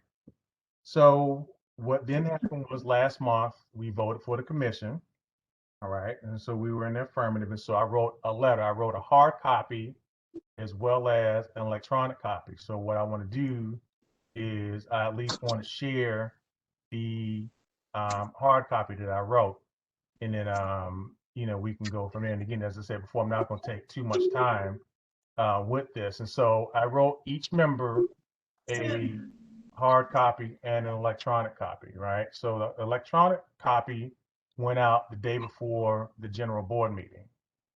And so the hard copy was signed by me and it was mailed out by our community associate.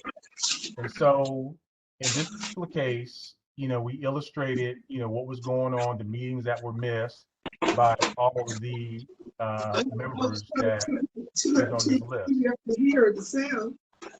Okay, I'm going to have to mute the mics because it seems like everybody is talking again. So let me mute mics and then go from there. Okay. So what wound up happening was that I sent out an electronic copy on March the 24th. I sent out a hard copy the day after. Now, what I've understood was that I got a call from Mr. Frank and I got a call from Ms. Powell, who stated that they did not get their hard copies until recently. That's understandable. However, I still sent out an electronic copy. I'm glad to see Mr. Frank here because as I told him, I like him personally, right? So this is not personal. This is about doing what I said that I was going to do and honoring the words of the borough president. So, and the same thing with Ms. Powell, I spoke to her as well. And, she again said that she did not get the hard copy. And she also stated that she did not get the electronic copy. I thought I heard her say that, that she didn't get the electronic copy. But either way, I did send the electronic copy out and I have the emails to prove it.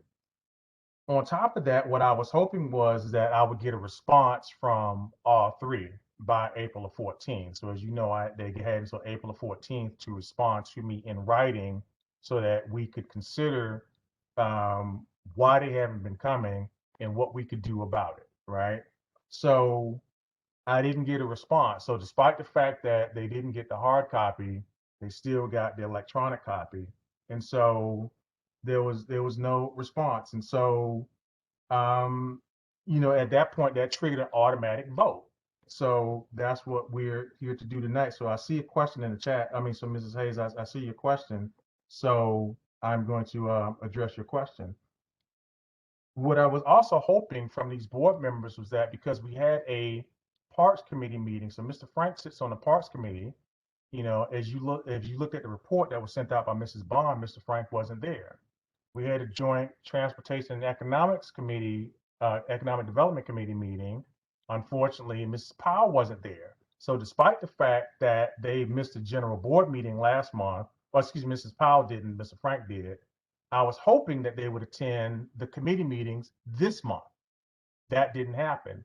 In addition, Mrs. Green hasn't served on any committees in year 2020 or this year. And if you notice, I sent out a committee assignment, and she's still the only board member without a committee assignment. So before, you know, I call for this very painful vote, I'm going to answer, you know, a question. And so I saw Ms. Hayes, I see your hand was up, it's down. So I'm going to, you know, ask the question and answer any questions, and, you know, go from there and let's see what happens. So Ms. Hayes, if you have a question, feel free to ask it. I just was pointing you to the direction of the chat. Alexis from the Borough President's office asked if you can share the nominations again. Okay. All right. Thank you. So Clinton, if you could get with Alexis and get her the nominations, please. I'm sending it to her in the chat. I'm doing it as we Okay. speak. All As right. you're speaking. All right. Yes, Mr. Boris, what's your question? It's not a question, it's more of a statement. I really stressed the fact of last meeting to give you some type of review, and stating that we would it's just haste. We're in a pandemic. And I humbly asked every one of you board members to not vote this way, and we did with our leadership. And I say to you again, these people died, they lost their lives, and they contributed to our communities, and they gave so much for us to not even consider them during a pandemic. And I mean, if at all times, Chair Dr. Burke, I would like a moment of silence for these people that lost their lives from our board. Okay, during this time, if I humbly ask you to give them that much time.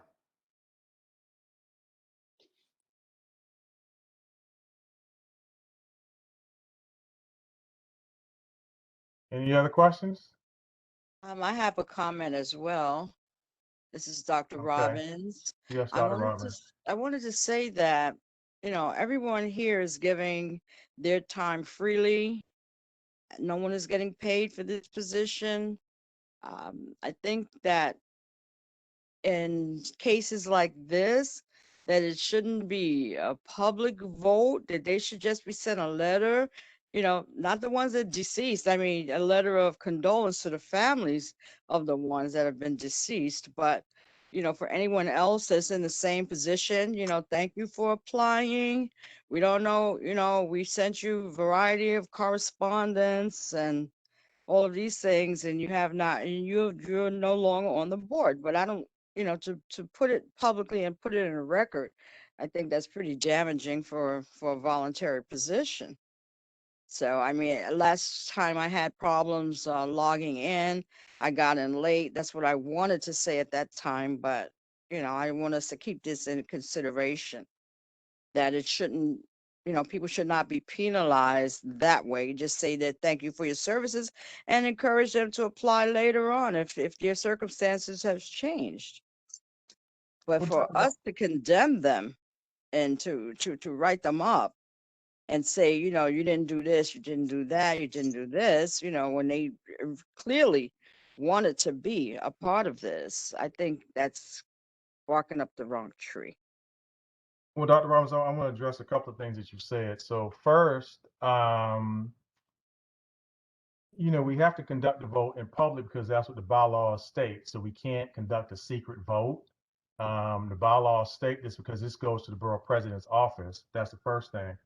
The second thing is the borough president has made it perfectly clear, and again, I don't want to put the letter back up, but that everybody has to attend, whether we're in a pandemic or not. So let me address what you're saying about the pandemic.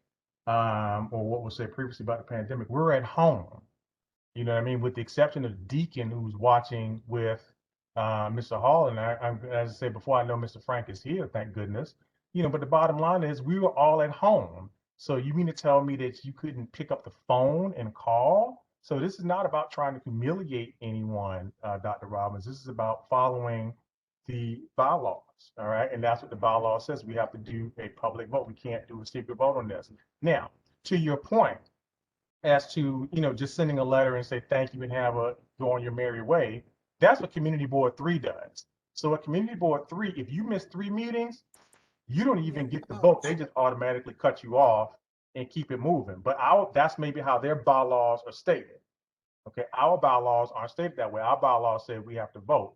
But at certain community boards, that's what they do, right? I think Community Board 8 is another one, right? Where you don't get that opportunity. If you miss a number of meetings, we're gone.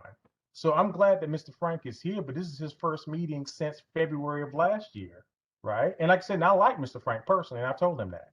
Same thing with Mrs. Powell, all right? This is her first meeting, her second meeting since February of last year. So it doesn't matter, you know, again, we have plenty of people that want to serve now. I mean, Mr. Hall has said that in the past. You know, he said that at our last executive committee meeting, that we have people that want to serve. So again, if you do not want to vote these people out, then say no, you know, and then that way they can stay on the board. But just make no mistake about it, that's going to make it harder for the people that are working, like Ageria, okay, like Clinton, okay, like Ms. Clyde, and you know, and so many others. I see Mr. Isaac Eaton, and so many others that are working hard, serving on 2, 3, and 4 committees. When you have people that are just coming to the meeting now, that's not fair to them. So that's my response to that. You know, Ms. Robbins, Dr. Robbins, I'm sorry. And so that's why I stand. Question, Barbara Gibson. Okay, well, first of all, you need to be recognized. So that's people had their hands up before you, Ms. Gibson. So, and Very well. People, so if you have a question, hit *9, and I'll recognize you. I don't know how to do that. I don't know how to do that. Okay. I just wait till you call my name. Okay. Thank you. All right, Ms. Cornell.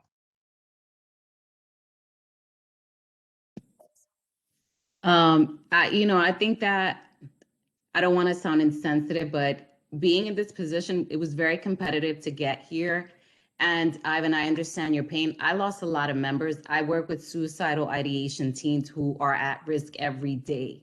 And so we need the collective. And unfortunately, we can't sit around and wait. We need the numbers to fight. And so I know you're running for executive board. Ivan, I've yet to see you in one of my meetings. I need everybody to join. And so everybody has all this energy to fight each other. We need to fight together.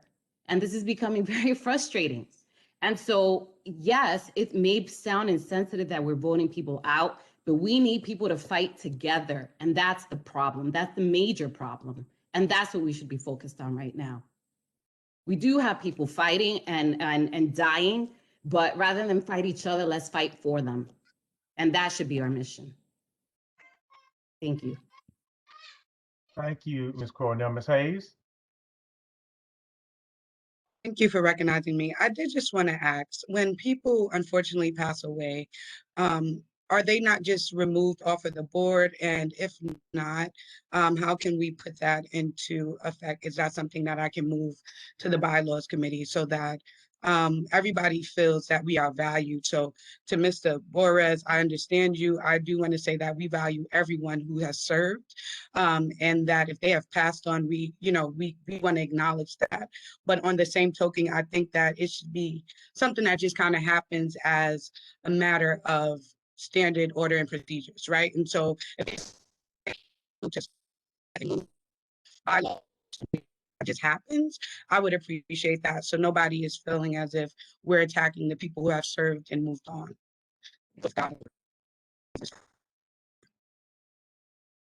Okay, Mrs. Martin, Mrs. Lago Martin. Just really quickly, I just want to mention the email that Dr. Burke sent out saying that he was going to ask for the reinstatement, essentially, of those members who had passed away, so that it wasn't that we had voted them off. But I feel like, in agreement with Beatrice said, we're here to do a job, and we all need to be committed. And so if there are things that are going on in your personal life or whatever, make a call. I had a rough day today. I didn't get on this call until after 8 o'clock, but I'm committed to serve this community. And so I got on the call. And I feel like that's what we should expect from every member who is serving on this board. And that's all. Well, thank you, Mrs. Martin. I see you, Mr. Lanzano. So let me comment on that, Mrs. Martin. So as you know, Mr. Singh is not here and Mr. Hussein Abdullah is not here. And you know what they did?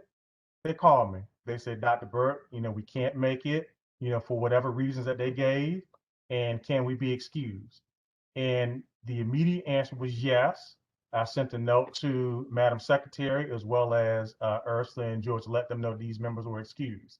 The reason that we are here is because these members chose not to call, despite the fact that I've reached out to them, right? Decided not to call. So I don't want to hear any excuses about a pandemic or anything like that, because excuses are tools of the incompetent. They're used to build monuments of nothingness, and those who practice their uses are seldom capable of anything else. So that's what excuses are. So to that end, to sit up here and say, oh, well, we're in a pandemic and people can't come.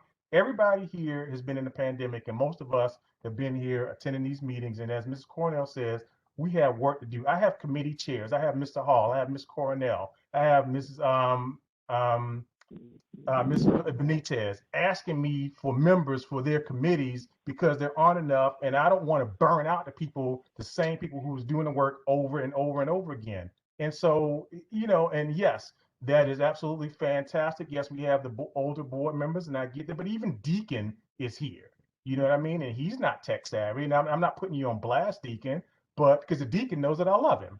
But the bottom line is that Mr. Stricker has a phone, right? If nothing else, he calls. So, and I know he said that his phone died, but, that's just a bunch of excuses, in my opinion. So to that end, and as I said, it's not personal because I like these board members personally. But if they're not going to have the decency to call me to let me know that they're not going to make it, and of course, to not even go to their committee meetings, I could see if they even missed the general board meetings. We had committee meetings this month, and nobody on this list was there. So I see two more questions. I see Mr. Lanzano, I see Mr. Hall, and then we'll move forward.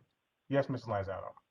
I don't know if I was distracted, excuse me, while you were mentioning the names, but did you mention Gail Clark? Because no, she's not on the list. She's not on the list, Mrs. Lanzano. She died last April. Yes, sir. I just found out about it. I was calling Ursula to get her to one of my meetings, and we couldn't find her. And turns out she's been dead almost over a year now. You're absolutely right.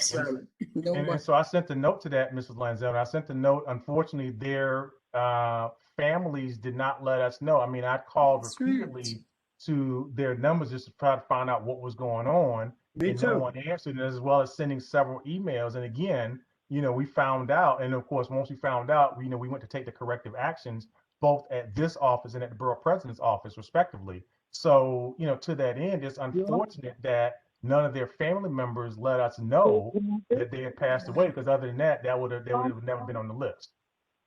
I just wanted to let the board know that, because I just found out myself. Yes, sir. No, I sent out a note about 2 weeks ago. Passed away, that's all. Yes, sir. No, I sent out a note about 2 weeks ago. So, Mr. Hall. No one is treating this pandemic the way it should be treated, because I don't think anyone knows how. Now, I sat here and listened to these nominations. I can't even run for a nominating position because I am so busy trying to make sure that my development doesn't get privatized. I don't even have time for that. But the fact of the matter is, if you cannot call and you cannot make things known, the only ulterior motive that you could have is to put these individuals that you really like, put them on a committee and let them work their way back onto this board.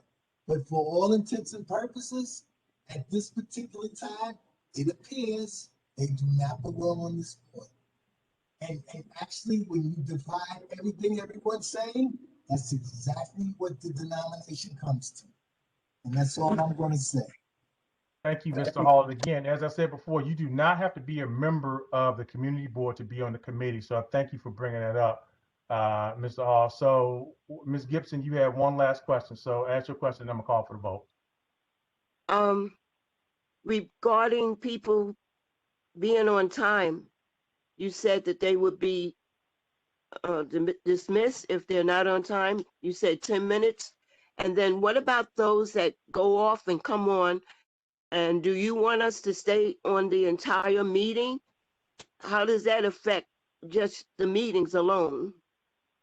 Well, Ms. Gibson, I can answer that question later, but that has nothing to do with what we're about to vote on. So I think at this point we're tired.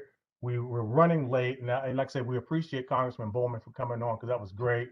But I'm going to call for the vote, and because that has nothing to do with the before that hand. So I'm going to call for the vote for Ms. Green. I beg your pardon. Go from there. Madam Secretary, I beg call your the roll, pardon. please.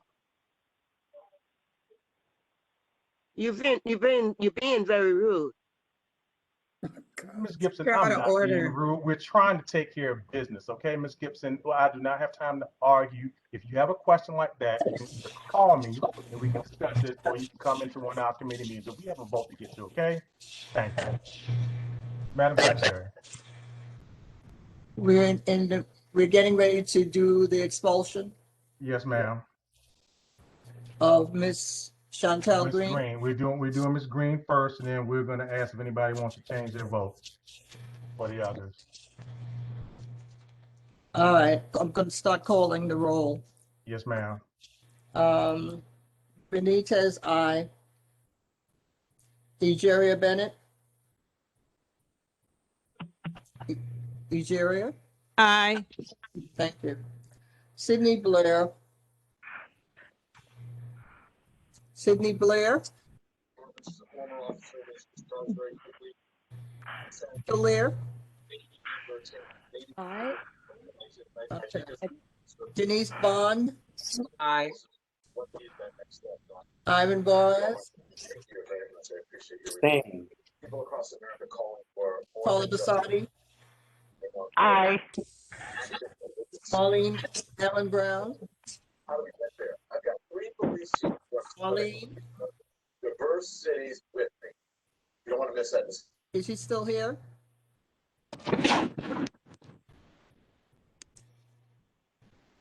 Jerome Brown. You still here, Marlene? Aye. Is, Aye, Jerome Brown. I have you, Mr. Brown. Thank you. Victor Brown. Victor Brown.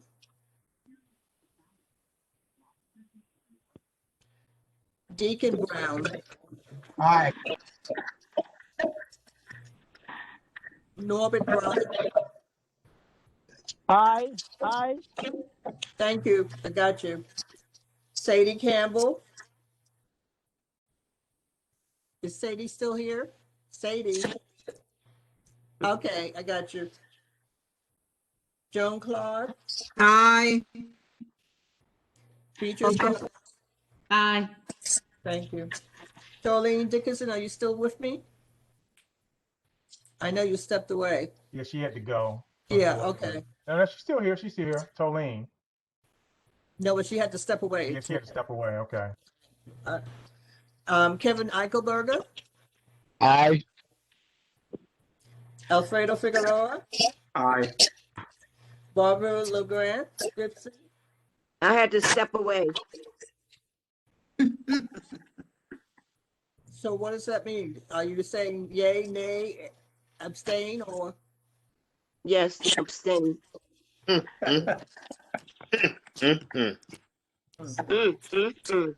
Johnny Goff. Johnny Goff. Is Johnny still on?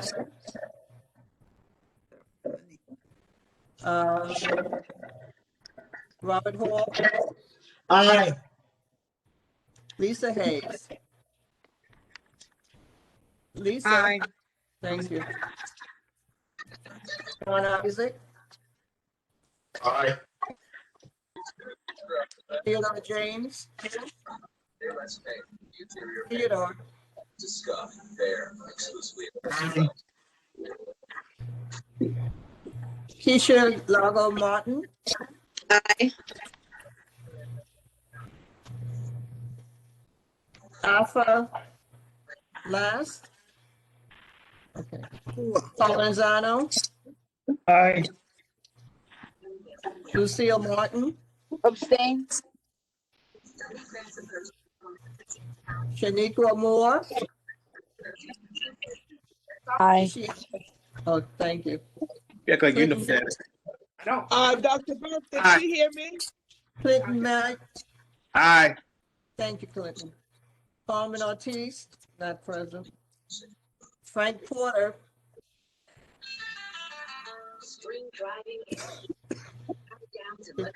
Frank Porter, is he near you? I see him, but I don't see anything happening. Claudia Powell. Claudia Powell. I see you, Tolene. I see you.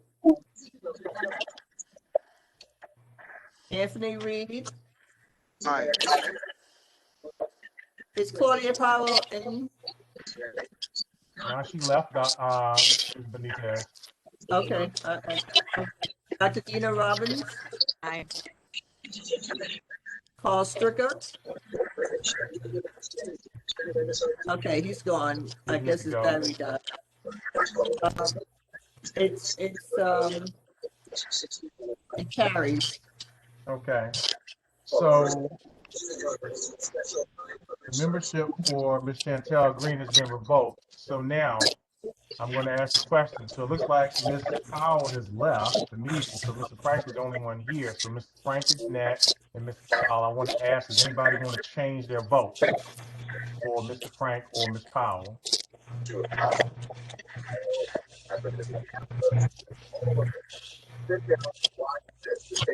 I do, Sydney Blair. Okay, yes, Sydney.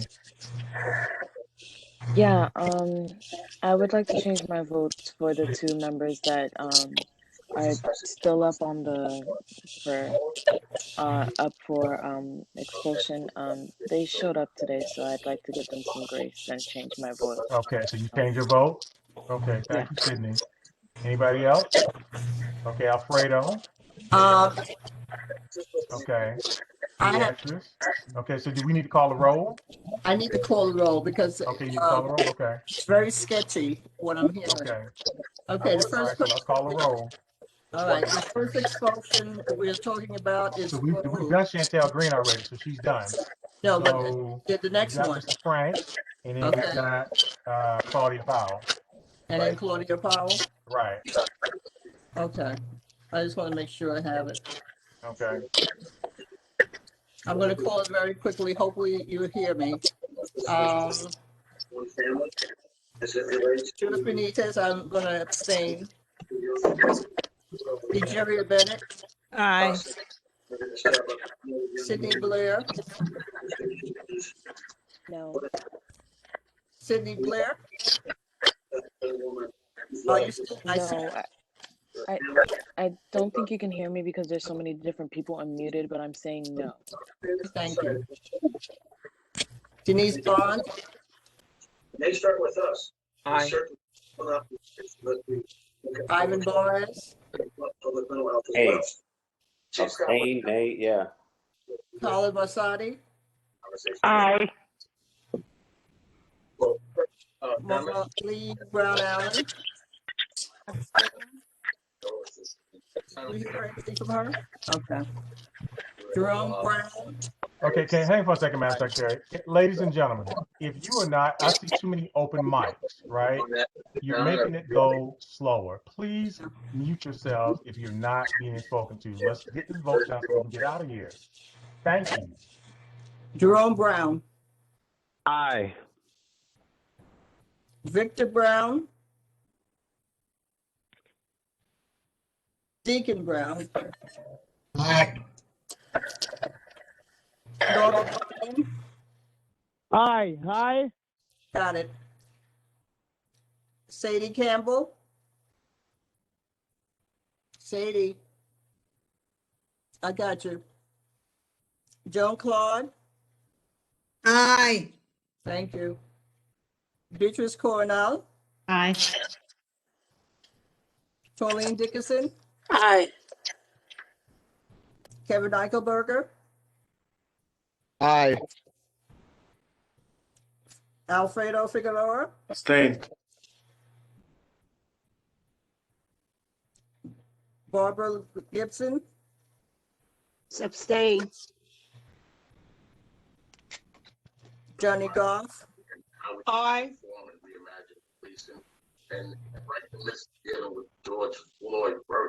Robert Hall, Robert Hall, Aye. Aye. thank you. Lisa Hayes. Lisa, are you still with us? Yes, aye.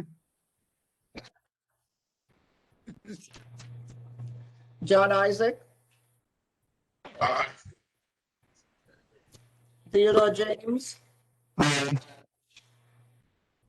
Keisha Lago Martin, Aye. Afa Las, not present. Paul Lanzano, Paul Lanzano, Abstain. Lucille Martin, Abstain. Shaniqua Moore, Abstain. Clinton Mike, Abstain. thank you. Carmen Ortiz, not present. Frank Porter,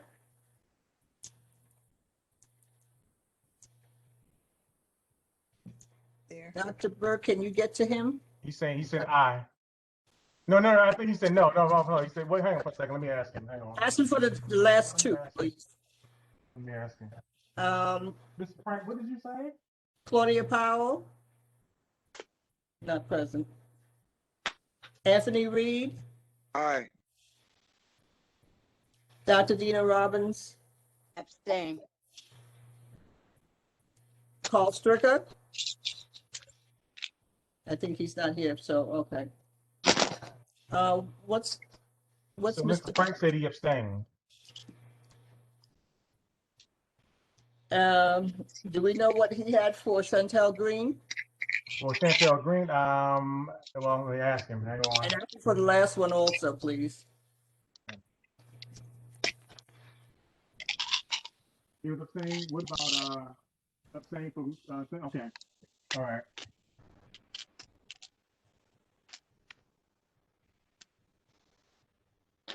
So Mr. Frank abstained for Chantel Green, and then he's abstaining for Claudia Powell.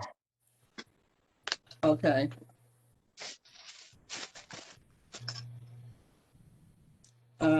Give me a couple of seconds. It's kind of close. 1, 2, 3, 4, 5, 6, 7, 8, 9, 10, 11, 17, 18.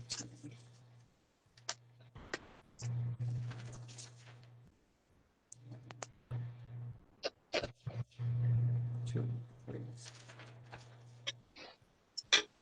4, 5, 6, 7, 8. The ayes have it. Okay, thank you. So that was for Mr. Frank and Miss Powell. Miss Powell, we didn't get to that yet, but if Okay. anyone wants to give me what they don't want, it's Okay. different from what you had before. So Mr. Frank, motion passes, unfortunately. And Miss Powell, like I said, she left the meeting. So does anybody want to change their vote? No? Okay. So everything that you all did before, you're in agreement with, ladies and gentlemen? Okay, then I'm going to have to say the ayes have it then. Okay, the ayes have it. Okay. Okay.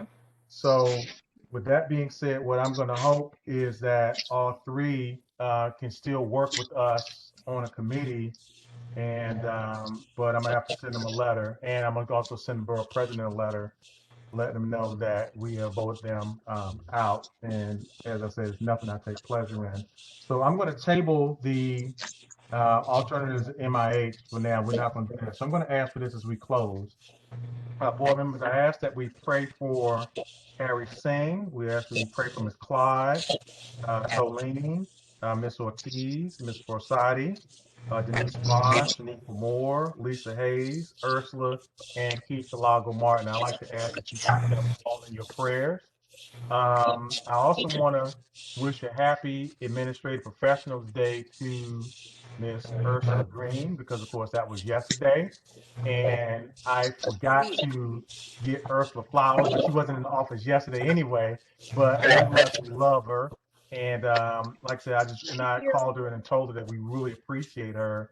And so, because right now, I'm gonna be honest, without Ursula, there is no CB12. I would like to wish happy birthdays to our first vice chair, Miss Ajeria Bennett, whose birthday was on the 2nd, as well as Mr. Ted James, whose birthday was on the 2nd, and Mr. Norbert Bryant, whose birthday was actually yesterday, if I'm not mistaken. So Norbert, wish you a happy birthday as well. If you had any wedding anniversaries, happy anniversary. I know Mr. Brown had one last month. Happy Earth Day to everybody.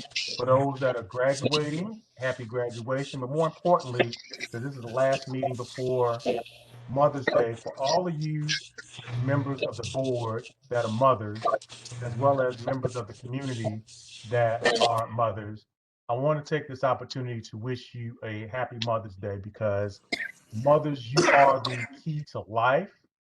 Without you, there is no life. I know that I love my mother dearly. And I'm sure most of you love yours dearly. But more importantly, I love the fact that ladies, some of you in particular, Miss Clyde, Miss Sadie, Miss Benitez, Miss Ortiz, and others have treated me like a son. And I want to say that happy Mother's Day to you as well. And like I said, Ursula, Tolene, all of you who are mothers. And if I left you, please forgive me. I know Beatrice, you're one as well. So happy Mother's Day to Mrs. Bond, Mrs. Denise Bond. So all the mothers on Community Board 12 and in the community, happy Mother's Day. So I need a motion for adjournment. Motion to adjourn. A motion to adjourn. Is there a second? Come on, Mike. Hello, Chair. I would like to say a prayer for us, please. Hold on. Been moved and properly seconded. So all those in favor, signify by saying aye. Aye. Aye. Aye. All opposed at the same right. Motion passes. Miss Lisa Hayes. Sorry, guys. I just need the names. Who made the motion to adjourn and who seconded? Sorry, it's Carla. John Isaac made the motion to adjourn, and I forgot who seconded it. I seconded the board. Okay, Mrs. Boris. Okay. All Wait, right, sorry. Who seconded? Ivan Boris. Oh, okay. Thank you, Ivan. Okay. Lisa. Okay, sorry. Sometimes I just can't hear. Okay. All right, Carla. So we're ready to go. It's way too late. So Lisa, can you carry us out? Okay, we're done. Yeah. Thank you, guys. Take Dr.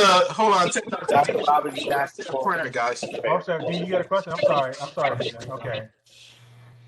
Dr. Dina Roberts wants to say a prayer. Dina. Yes, thank you. Let us all bow our heads. Dear Heavenly Father, I want to thank you for this meeting of the board, Board 12. Bless our chair and our executive officers. Bless each person. Thank you for their service, Lord. This is such a heavy time.